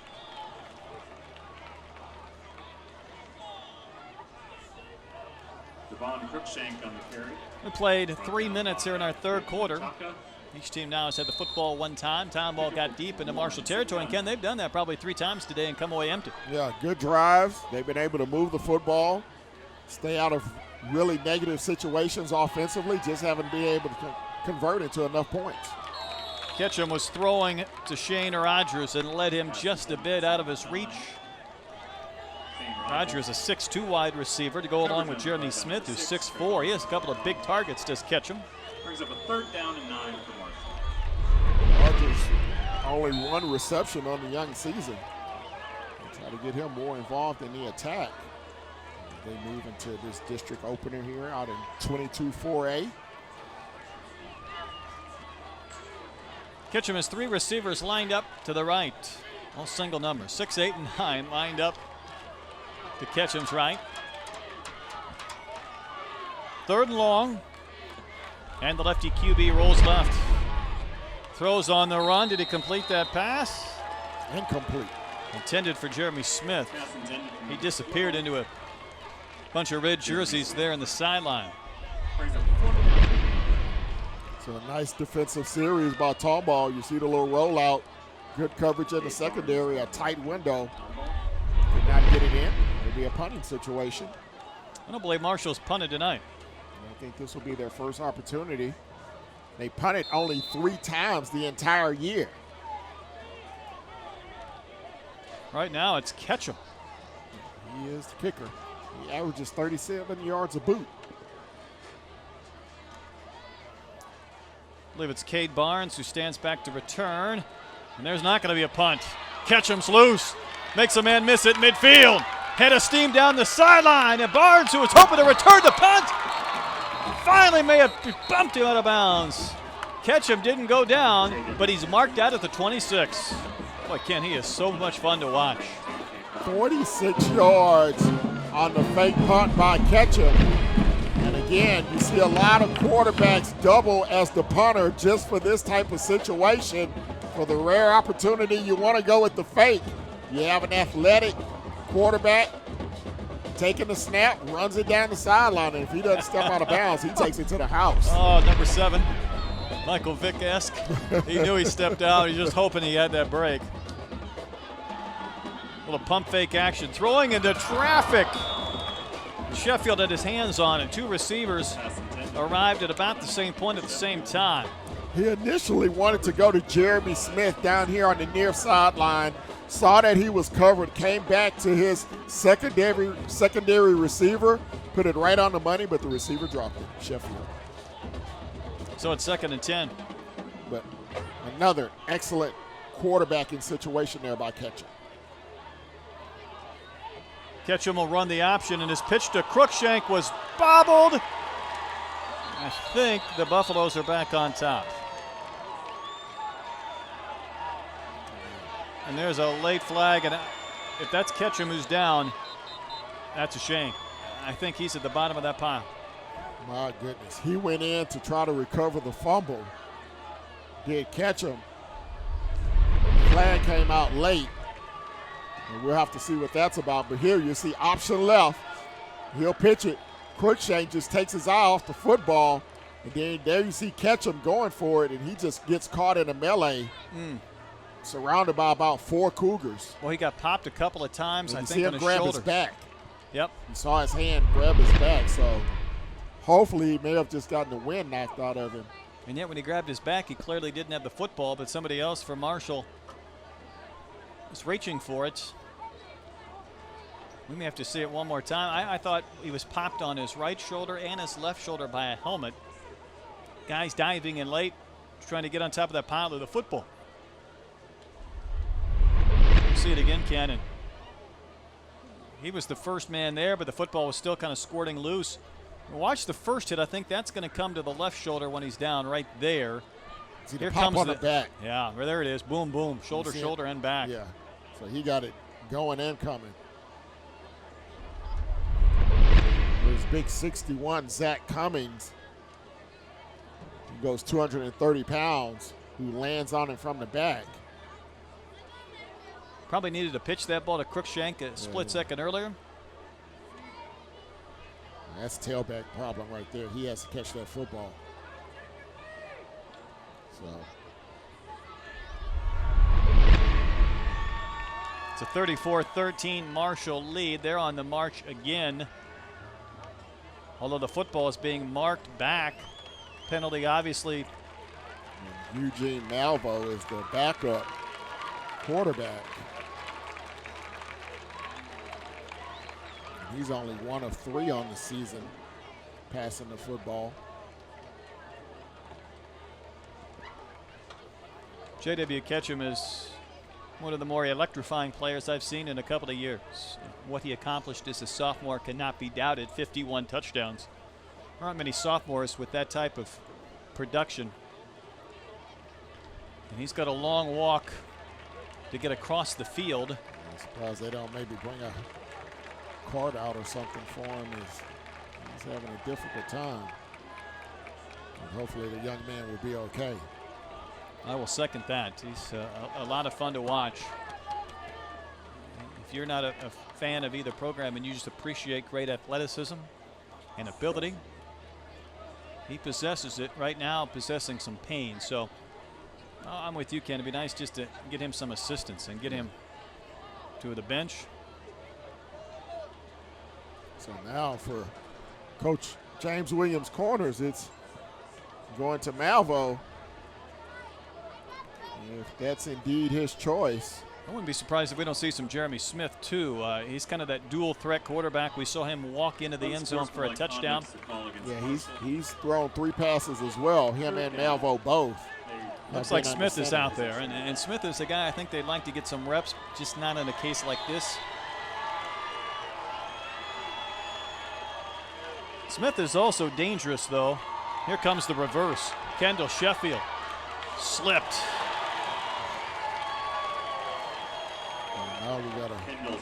And it was Blake Arias who kind of rolled over.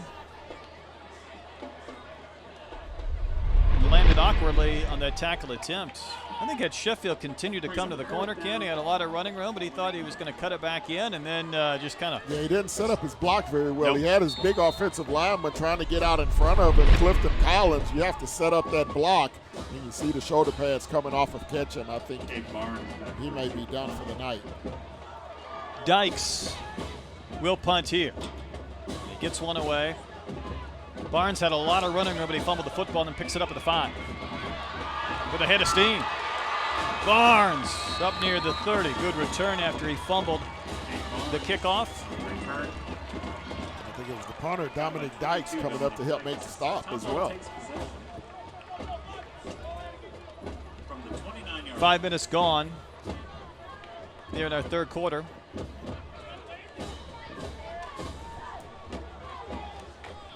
We've not had points here in the third after it was 34-13 at the half.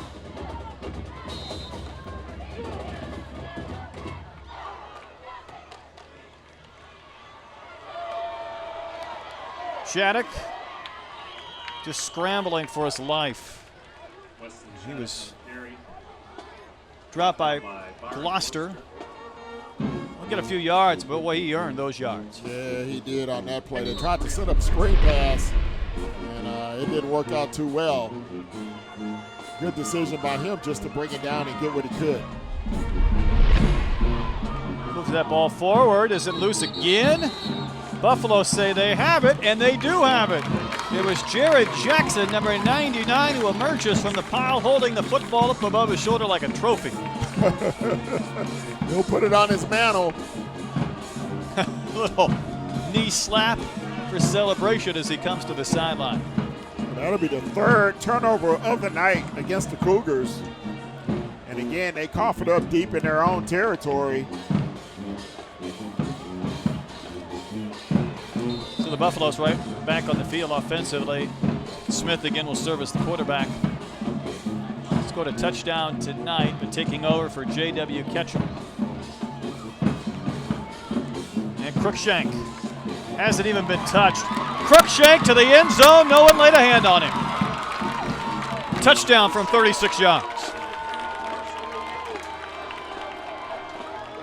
Well, that's the second time tonight that the play immediately following a Tomball turnover results in a touchdown. And Cruikshank, as you mentioned, high steps and scampers his way in for 6.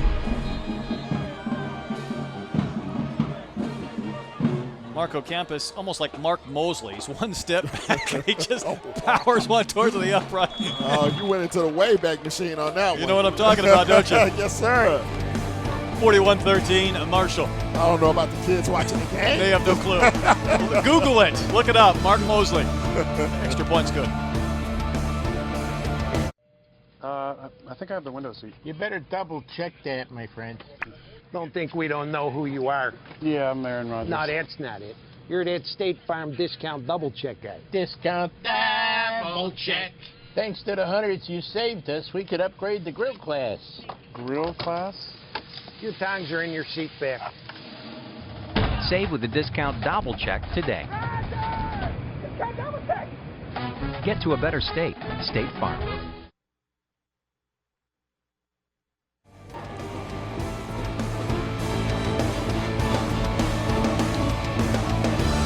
Marshall's had a lot to celebrate in this game. Times Tomball's played pretty well, but it's the fumbles, Ken, that have led to Tomball or to Marshall turnovers that have just killed the Cougars. Yeah, especially when you come in and you're the underdog and you're already facing an uphill battle. You cannot afford to turn the football over, especially in your own territory. Three turnovers tonight for Tomball have turned into 21 Marshall points. Pretty good kick, but a chance for a return for Taylor. Mikel Taylor, the junior, will bring the football out to about the 33 or 4 yard line. So the Cougars will huddle up on the sideline and come back out offensively, down 41-13. And again, Tomball, they've been able to move the ball between the 30s. It's when they get inside the 30 that they've had their problems. Well, Shattuck has started to take things into his own hands here in the third quarter.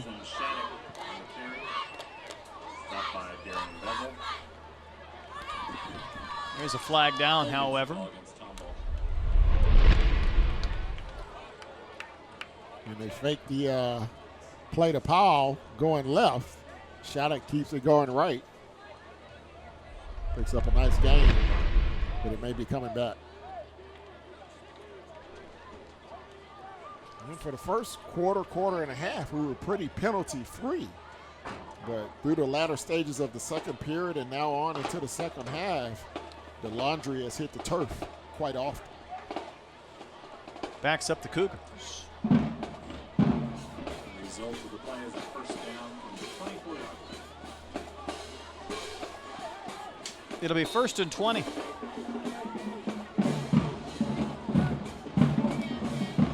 Where the Buffaloes just pursue at the line of scrimmage. Nothing there, nothing available. They came on a blitz, and Tomball ran right into the blitz. They just don't come with that pressure of blitz. I mean, they're at a full sprint when that ball snapped. And that's timing the quarterback. That's the quarterback not changing his cadence. Shattuck will run the option, just nowhere to go, to the short side of the field. Oh, Powell took the pitch, and he was basically on the sideline.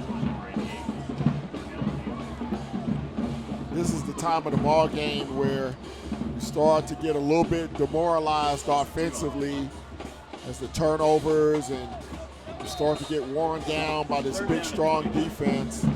You need a spark to try to get your momentum back on that far side. See if Weston Shattuck can provide that spark. 2 receivers to each side, and he'll look to throw. Setting up, the ball's in the air. It's intended for Barnes. A lot of coverage available, including one of the corners, Jontel Horton. A dangerous throw into coverage. Yes. It's going to be 4th and 23. Do a quick kick. Shattuck will get off a decent kick that gets a Tomball bounce. You want to let that keep rolling, young fella. Touched prematurely by Jerome Ramirez. That may have provided another 5 or 6 yards and another kick.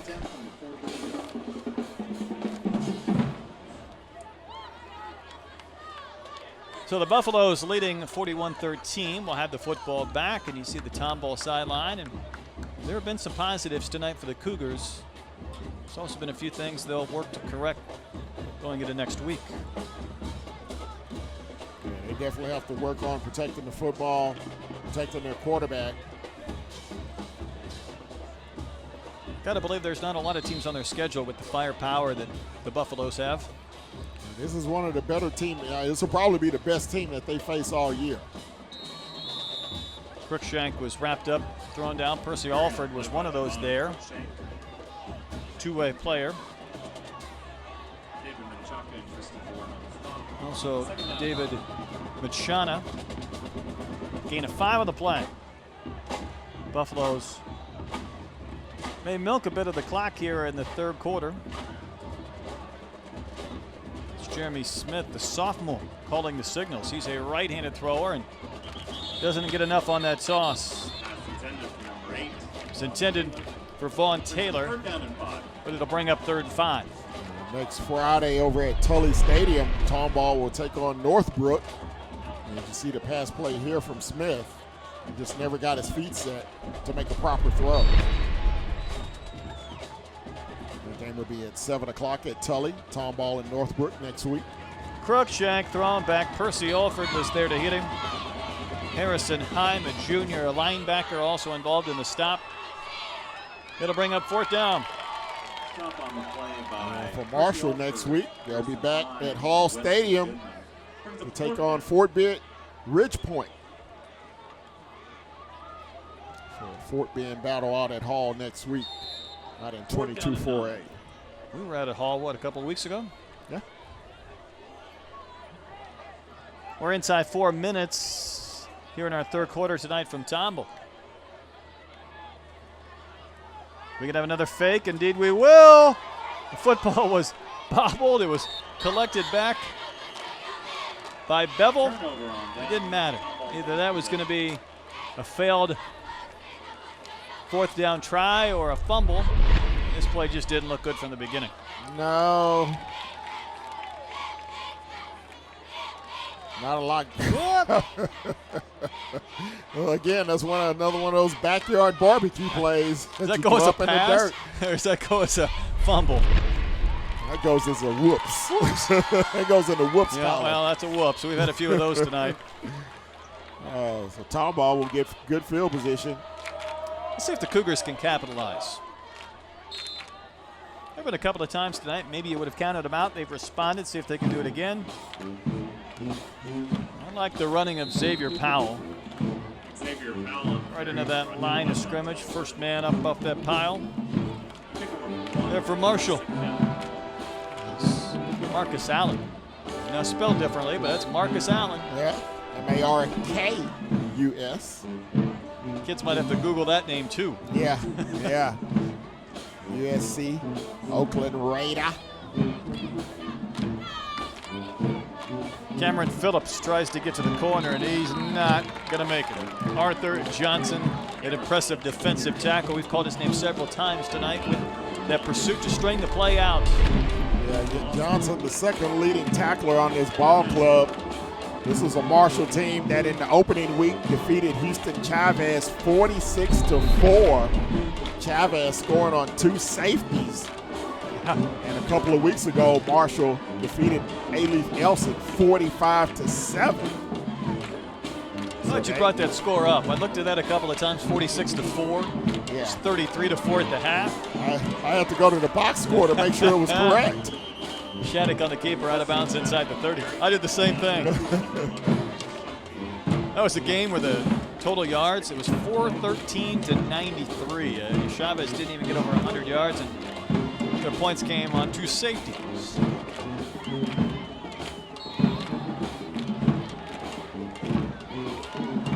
Fourth down and 1 to go.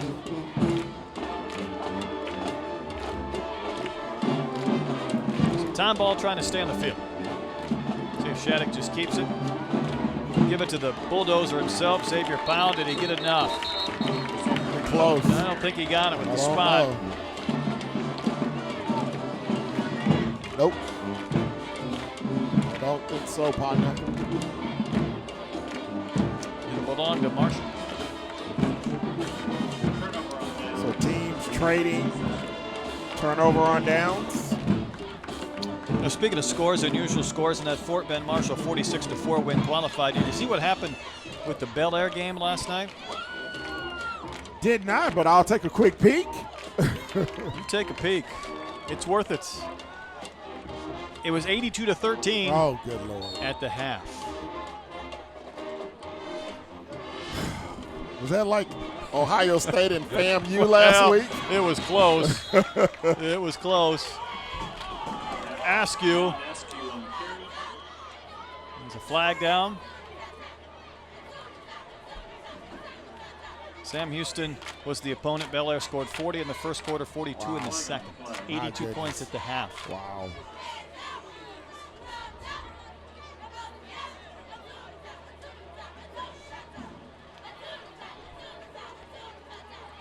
So marker going here against the Buffaloes. I'm glad we don't have to deal with that type of score here tonight. Personal foul. We see the personal foul penalty. See if we can see it after the play.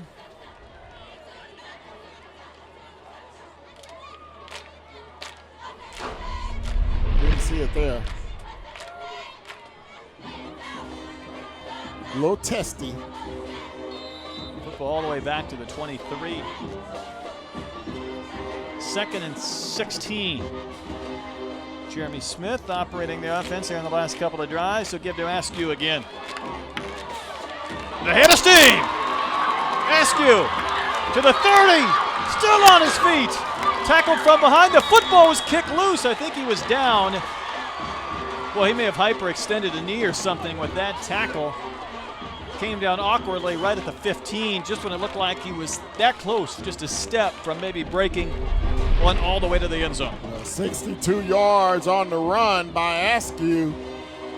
And you'll see him break it to the outside, and he'll turn on the Jets. But good pursuit on the angle. Watch this tackle. Touchdown saving tackle. Harrison him. Yeah, well, he landed awkwardly. Tough tackle, and he's down. And already Ketchum has to leave the game. Their starting quarterback, an electrifying player. So we'll take a break. 1:04 to play their third. Back to Tomball after this.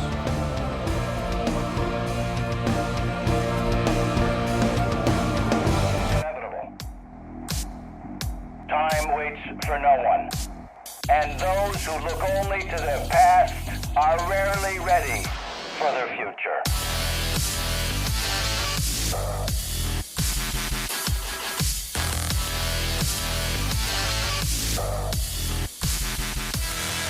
Never underestimate our ability, because after all, we are Texans.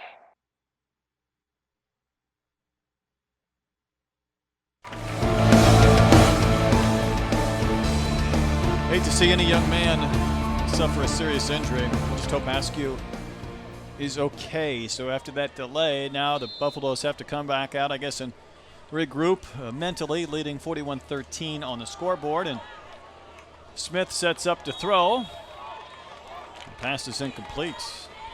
Yeah, tough after something like that. For it just really takes the air out of the entire stadium because you're so concerned. But looks like a left leg injury to Askew, so our thoughts and prayers definitely with him. Last pass was intended for Philpott. And a 2nd and 10. Back to the ground. Some big yards before a hard hit was placed on Austin Ford. So Ford getting an opportunity to get some carries here. Junior tailback goes 5'9", 160. Ford remains in the game, standing to the left of Jeremy Smith. So that's your backup third-string running back and your backup QB. And Smith leading for the goal line. Is he in? He should be. Refs say no. Refs say no. That knee may have been down before he leaned the football across the goal line. You see the reaction from Smith. What do you mean? What more do I have to do? Is what he says. He's got that big smile on his face. Big, tall kid. And yeah, his knee was down before he stretched over. Yep. So good spot there by the refs. Jeremy looking for his first touchdown of the young season. Marshall, Smith still lobbying. I was in. He'll have a little more time to talk it over with his coach, James Williams, because that'll be the final play of our third quarter. Buffaloes will wait and try and punch it in when we switch sides and come back to the fourth. Fort Bend Marshall leading Tomball 41-13 on the Legacy Sports Network.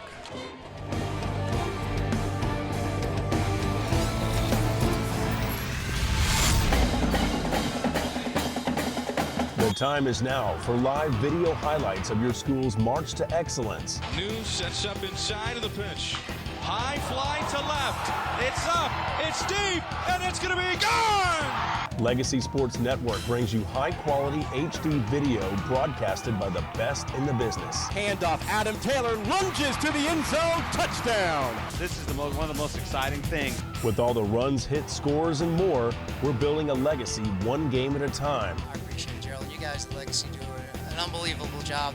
Join us on pay-per-view or video live streaming your favorite high school and college athletics at LegacySportsNetwork.com. Legacy Sports Network is going to be bringing this presentation to your home.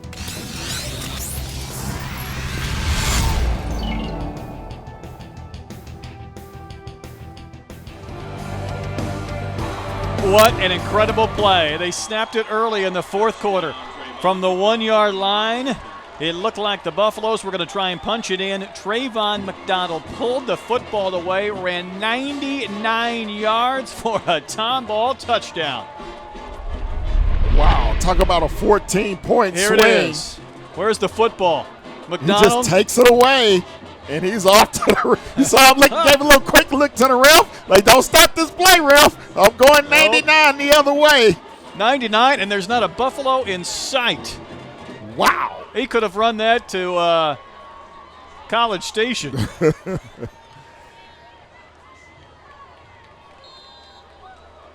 Marshall has 9 players on the field for this PAT. And it is knocked through and good. So how about that for a turn of events, Ken? A 14-point swing. Well, that's something to get you right back in the football game. You see it here. They try to quick quarterback sneak, just right over guard. They get stacked up. And McDonald just comes in and takes the football like a thief in the night, and he's gone.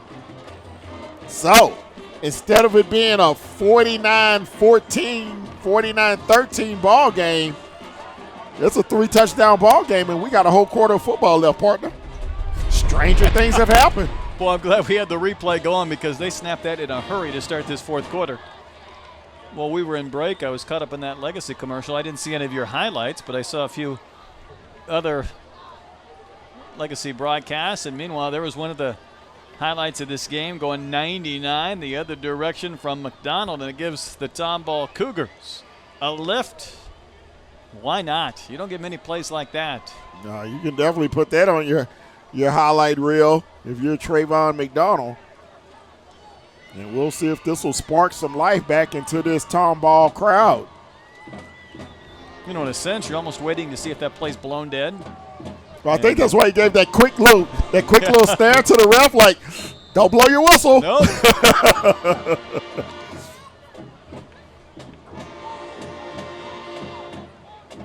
So the Buffaloes will get it back, and they've been on the field for forever. I mean, they had that lengthy drive, the long injury timeout, the fourth quarter switch, the first play, and now they'll get it back. And here comes the onside kick. Onside kick is fielded by Marshall. They've had one of those escape. That time, though, Jontel Horton was not about to let that one through his hands. Yeah. So good recognition that time by the special teams of the Buffaloes as they take over first down just shy of midfield.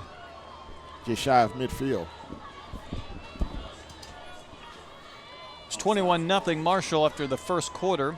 Each team scored 13 points in the second. It's 34-13 at the break. The one touchdown for Tomball here in the second half was that 99-yard return just when it looked like Marshall was going to push it across the goal line again. Yeah, so you go from a 35-point ball game to a 21-point ball game just like that. So now the football pushed on the Tomball side of midfield. First down. Smith gave it to Cruikshank, trying to make men miss, and just no place to go. And now if you're Marshall, you don't want to get too lackadaisical. Of course, you've had the big downer. You have your quarterback go out. You've had your backup tailback go out, both due to injury. And so now you don't want your offense to get too sloppy. Again, over 11 minutes to go in this ball game. Tristan Bourne with the tackle, the linebacker on that play for Tomball. It was a gain of 1, but you could almost say no gain. Smith to throw. Missed tackle on the sidelines, and that play remains alive for Vaughn Taylor. I think for Taylor, that's his first reception on the season. Oh, it might be 9 of Shane Rogers. Yeah, that Rogers? jersey's all bunched up there. It's a 9, not an 8. Rogers, his 4th catch in the young season, came in with 3 catches for 57 yards. Big-bodied wide receiver, 6'2". Good enough for the first down. Cruikshank now will break through the first wave of tacklers. Gets to the corner, stays on his feet at the 10, and drugged down out of bounds after another nice game. And then that was a situation there where Tomball's tackling the football and not the player. So we'll take a look at the replay. Watch as they try to strip the football. There's one strip, there's a second, there's a third. Yeah, they're reaching and grabbing and not wrapping up. They saw McDonald go 99. They wanted a piece of their own, but instead Cruikshank with a big gainer all the way down to the 10. Smith. Is he going to throw? He just popped it out of bounds. Yeah, nowhere to go. Powell got him. Yeah, now that's the difference there between your starter and your backup. Bad read that time by Jeremy. He should have handed that ball off to Cruikshank on the option. He tried to keep it himself and bounce outside. A lot of east and west, no north and south. Well, Cruikshank might have had the goal line. Yeah, he walks into the end zone there. After all that, it was a loss of 2. Now you see second and goal from the 12.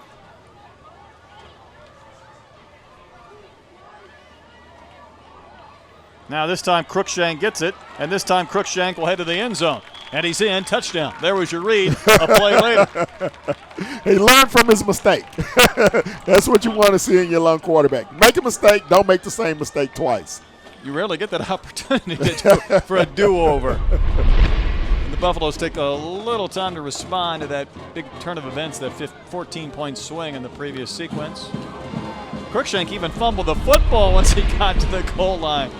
He was already across. That's one of those where this the NFL or the college, we'd sit through about a 2-minute replay.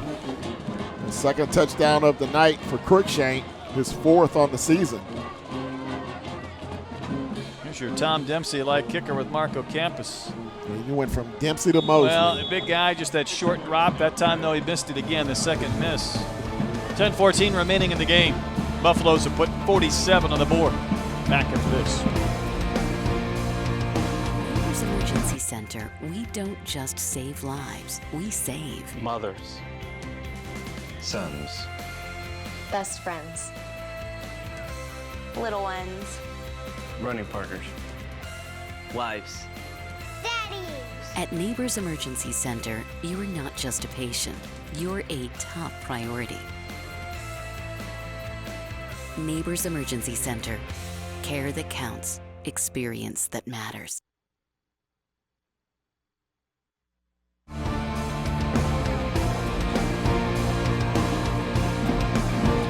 Cougars back on the field after getting that 99-yard fumble return. The Buffaloes able to quickly punch it back in the end zone. 48-yard drive, 12-yard touchdown run by Cruikshank, his second of the night. Extra point, no good. Marshall on top, 47-20. 10-14 to go in the ballgame.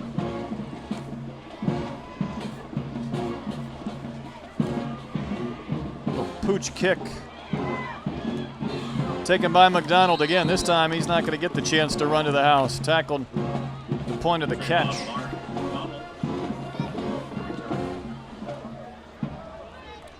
Brought down by Byron Gloucester. So it's a 47-20 game. Marshall with the lead. We have 10:09 to play here in our fourth quarter. And the Cougars look like they might have a new signal caller running the offense. Pass play goes to Powell. He'll get a couple of yards after the point of contact. It's Joseph Messer, the new quarterback. Yeah. So getting Messer into the ball game. He's the backup on the season. Only 2 out of 6, 33% of his passes. -1 yard, so that'll put him into the positive. Get him out of the red and into the black, if you will. So 2nd and 7 play forthcoming. He does have 1 touchdown and 1 interception. Throwing on the run. Able to hit Cade Barnes, the senior, on the sideline after another short pickup. So his throws have been exciting. Touchdown, an interception, -1 yard. I think it was our game last week, and I did get a chance to work this in. One of the quarterbacks had 7 completions in the game to 7 different receivers. Talk about spreading things around. 3rd and 2. Whoa! Well, nothing happening there.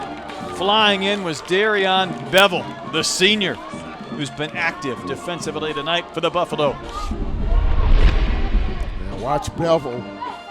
He'll come out of nowhere like he's shot out of a cannon. Tried to take his head off. So it'll be 4th and 10. That'll be his first sack of the season. See if Messer, well, he's going to go for it. He's not going to punt. Just puts that ball up for grabs, in essence, like the punt. Nice catch, but out of bounds. Yeah, Barnes caught it, but he was out of bounds, and great coverage provided by Marshall. Roberson was one of those there. He was joined on coverage by Bruce Armstead. Armstead had a 67-yard fumble return for a touchdown last week out there defensively to keep Barnes from getting credit for that catch, even though he said that. Come on. Marshall will go back on the field offensively. Jeremy Smith still under center. Young sophomore.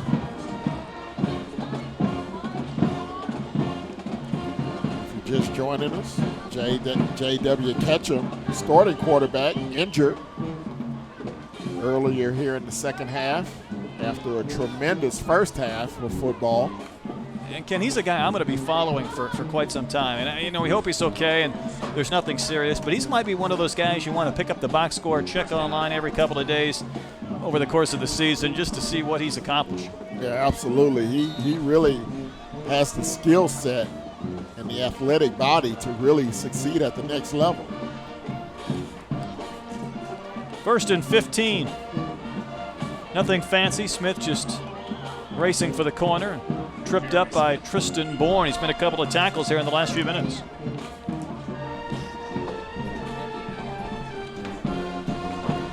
And again, this is a Marshall team that's trying to build towards a run at a possible state championship. And this is a team that went very deep into the state playoffs in 2012, and they have aspirations on getting up to Jerry's World at the end of December. Smith will give to Austin 4. Sprints inside the 30. He's well shy of the first down. Picks up some positive yards. Ford's had a few carries since Cruikshank scored some touchdowns, and Askew had to leave the game on a stretcher. Ford on the season, 15 carries, only 32 yards, so he wants to make a good showing here in his opportunity to shine. 3rd and 7 for the Buffaloes after they got the turnover on downs. Smith on the rollout. He will finish shy of the first down. He just couldn't escape. Tristan Bourne again. Very busy man here in these last few plays. Gets credit for the tackle. Looks like they're going to keep the offense on the field on this 4th down play from scrimmage, just inside the 25. 4th and 3. Late defender rushing on for Tomball, then they jump off sides. So a free play. Dropped it. Dropped. Shane Rogers. Well, it looks like the referees did not throw a flag on the obvious offside against Tomball. I mean, how do you miss that? I mean, the Buffaloes aren't going to leave the field. They're thinking, you got to be kidding me on that. Wow. I mean, watch this. Late defender comes on. I mean, oh, my goodness gracious. They think he got back in time? It's hard to tell from that angle whether there was any contact. Almost like he went over the top of the guy. I think that's what you call the mercy rule. Okay. All right. Well, that's what you're here for. You're here for analysis and to break it down as quickly and efficiently as possible so we can all understand. And, boy, you just hit home with that one. Trying to earn my paycheck, man. Just trying to earn my paycheck. That's another new quarterback on the field. That's Robbie Gillen. He's a junior. We've seen 3 quarterbacks in quick succession. Gillen on the season, 2 of 5 for 4 yards. So he was throwing in the direction of Shattuck, who started the game at quarterback, who's now on at wide receiver. And that ball was deflected. Yeah, kind of. I don't know if you want your starting quarterback running around at receiver at 6.5 minutes left in the ball game, but. Well, Robbie Gillen's turn and pass just a little bit high. It'll bring up 3rd and 10. There's Shattuck on the right side. Last thing you want to do is get Shattuck injured.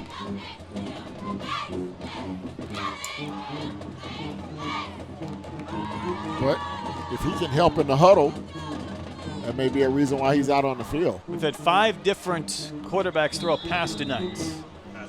Intended for Barnes. Nothing available. Double coverage there by Marshall. Yeah, Roberson, Dominique Roberson, not biting on the pump fake.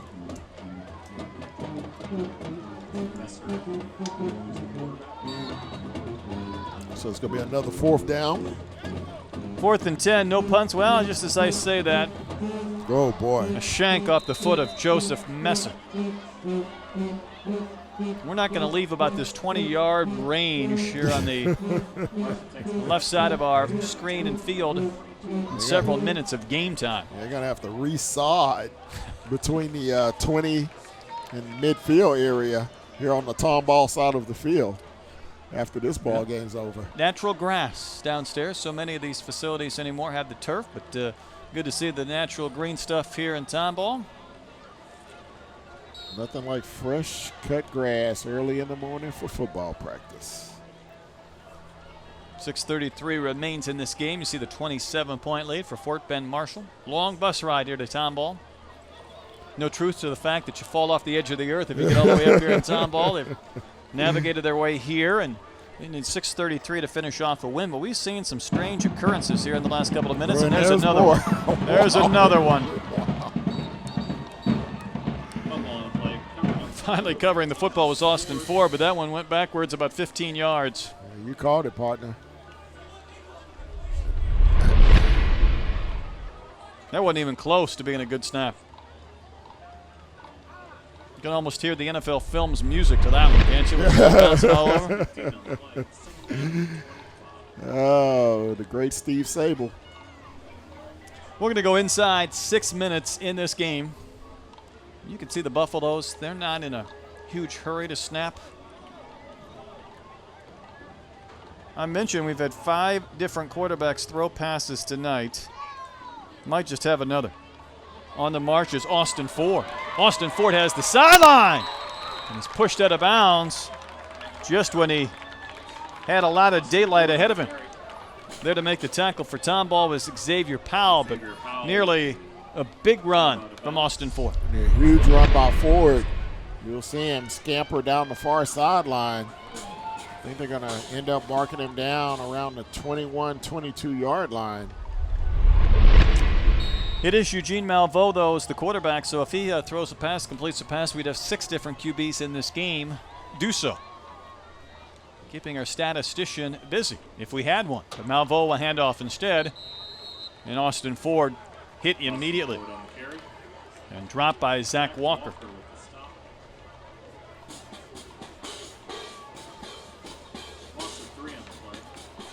Negative play, a loss of 3, so it'll be 2nd and 13.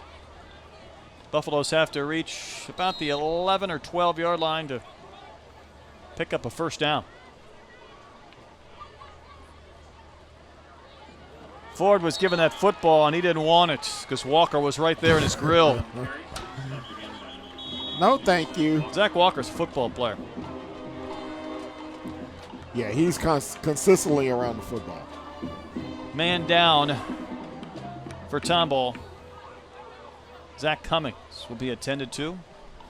Time out of the field, 4:45 to play in the game. We'll take a break, come back to Tomball after this. I think I have the window seat. You better double check that, my friend. Don't think we don't know who you are. Yeah, I'm Aaron Rodgers. No, that's not it. You're that State Farm discount double check guy. Discount double check. Thanks to the hundreds you saved us, we could upgrade the grill class. Grill class? Your tongs are in your seat back.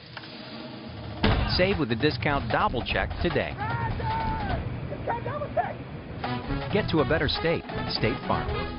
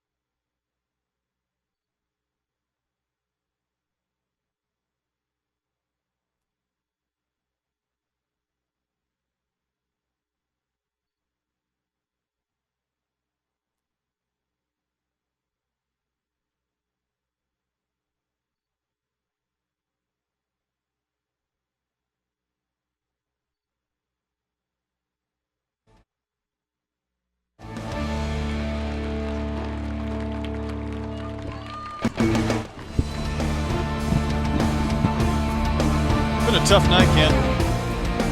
Yeah, a lot of wounded warriors down on the football field this evening. The latest big offensive lineman, Zach Cummings, the junior for Tomball.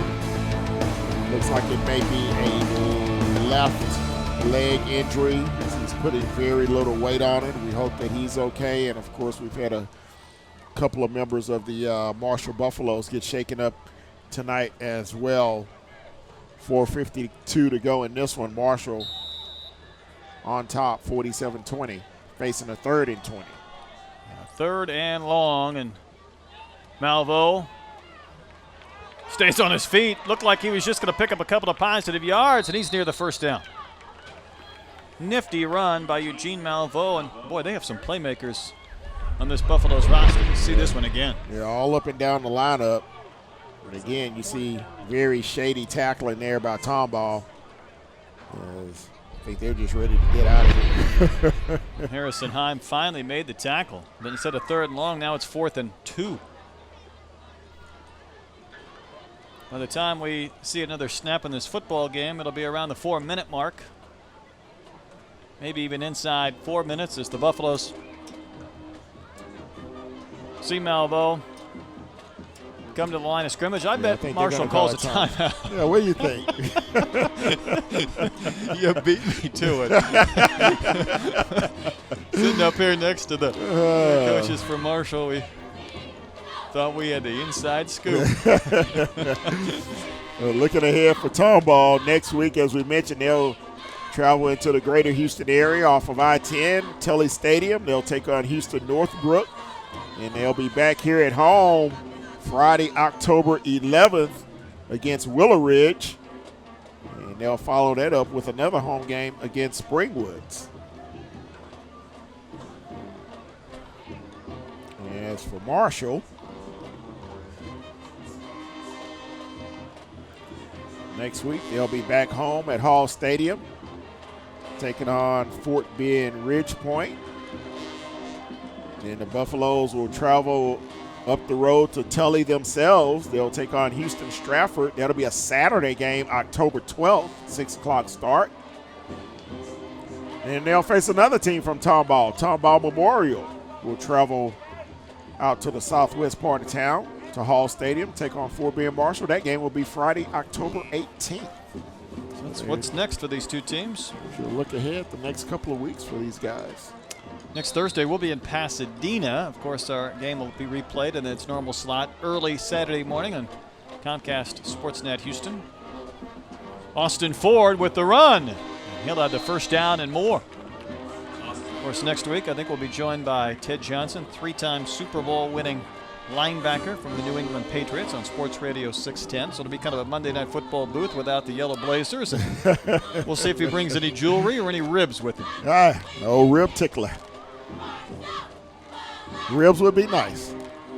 Jewelry would be nice. Well, we'll take either one. We're not picky. Rare Thursday night broadcast next week in Pasadena. Austin Ford, see if he can pick a hole towards the goal line. He's dropped shy. It'll be 2nd and goal.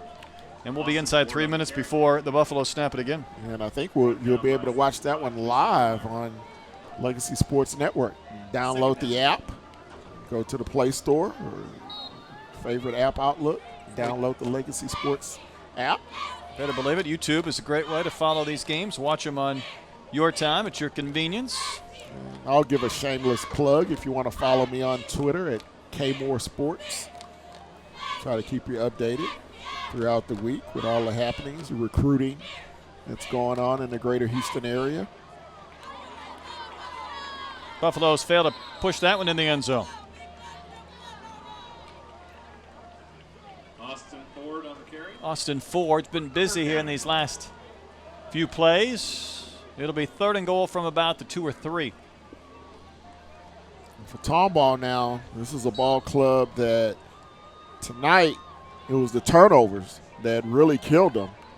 There's 3 turnovers on each side, so each ball club took turns capitalizing. But when you're a team like the Cougars, your defense gives you opportunities. The offense cannot give that right back to the opposition. See if the Buffaloes can break the 50-point plateau. Malveaux walks in for the Marshall touchdown, and there's a marker down.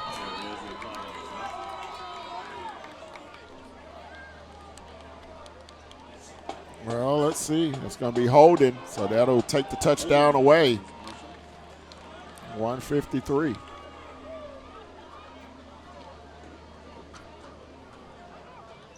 So that'll back them up 10. Let's see if we can pick up what may have happened. Just a little sweep to the right. Is that the tackle right there? And they're going to call it on 18, the tailback. Got his hand, Austin Ford. He had it wrapped a little bit. Officials are going to call that if they see it.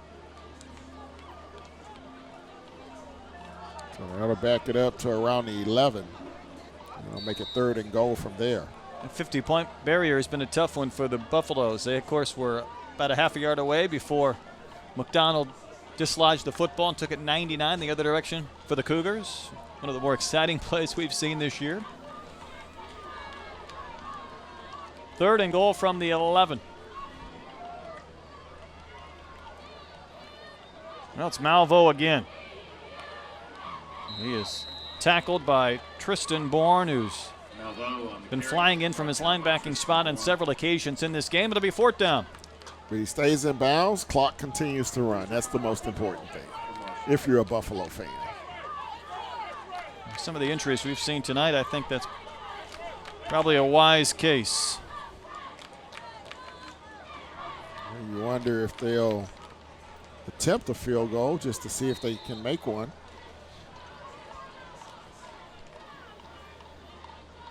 Play clock started late, so they can run quite a bit more time before Ocampus. So far this year, he's 2 for 2 on field goal attempts. This one will come from the right hash. The low liner, so that'll break his perfect streak. Kick is no good. So the 50-point barrier remains. Elusive. Ladies and gentlemen, please remember the Tomball Cougar Pride Band will be performing. Still a very good football team, Ken, and it's one. It's hard to even guess what Coach James Williams will feel because he had a couple of big injuries tonight. You know, this team had a couple of mistakes.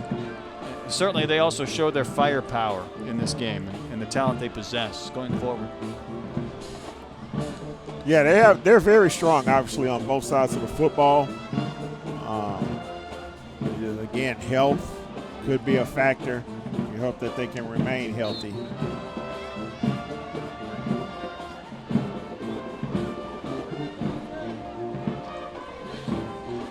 Tomball will have a chance for another play or two.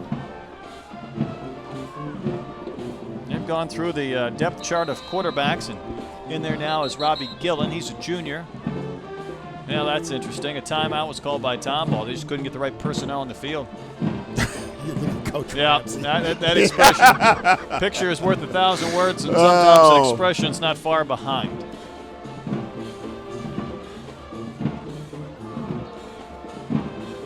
Down 27 points with 50 seconds to go. It's not what he wants to do either, to have to burn a timeout. But probably just wants to take a knee. I'm guessing they might try and flip it downfield a couple of times. Meanwhile, the Buffaloes 50 seconds away from improving to 3-0. Remember, last week they lost that game because of the weather to Worthing, and it will not be made up. And so they will lose the game off their schedule. They will not lose the game, but they will lose the opportunity to play one more game. Yeah, they only have a 9-game schedule. So. After the timeout, Gillen will just run forward for a couple of yards. Dropped. Robbie Gillen on the quarterback keep. Marcus Allen to play. Takes another timeout. Timeout, Tomball. Teaching opportunity? Perhaps. That's the case. You need to flip the ball downfield. You need to put it up top. Not really a lot of time for a sustained drive. Draw up the old 27-point play.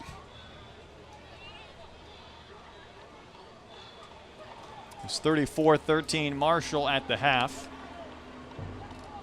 The one touchdown for Tomball. Gave him a defensive play, so they'd like to add one offensively. But it'll be a running play instead. Well, they still have a timeout remaining. And maybe they'll be content. They'll probably run one more play as they get a couple of more reserves into the ball game here on 3rd and 9. Tristan Bourne ran the last one. He's a linebacker. Got a chance to carry the football.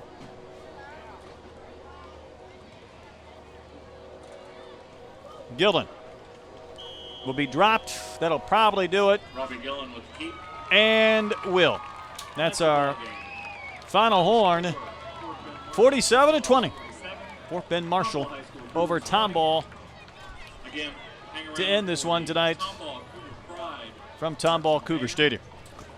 Well, early on, partner, it was the JDW Ketchum show. The junior quarterback from Fort Bend Marshall, who did most of the damage. He had a 58-yard touchdown run, their first possession of the ball game. Third possession, a 49-yard touchdown strike to Smith. That made it 14-zip. And Ketchum walked in for a 6-yard touchdown run near the end of the first quarter. It was 21-zip, and the route was on after that. Tomball did make a game of it, closing to 28-10 with back-to-back scores on a field goal and a Xavier Powell touchdown run. As you mentioned, 34-13 at the break, and we end up 47-20 as our final score here this evening. Certainly some big plays tonight, some impressive players. Hopefully the injured will not miss much time and can be back, and we'll wish both of these teams well going forward. Absolutely, absolutely. And as you mentioned, next Thursday night we will be in Pasadena. And that game will air at our regularly scheduled time on CSN Houston on Saturday morning. And it's been a good one out in Tomball. Safe travels back home. Thank you, sir. 47-20 our final. Fort Bend Marshall with the win over the Tomball Cougars. So for Ken Moore and our entire Legacy Sports Network crew, I'm Brett Dolan. Good night from Tomball.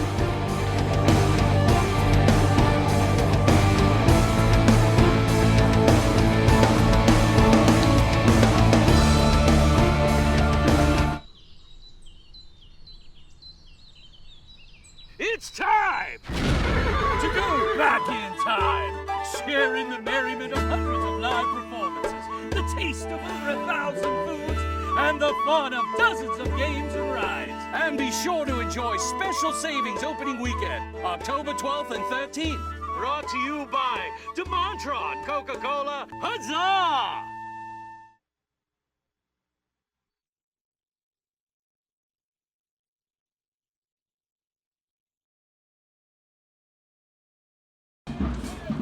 Oh.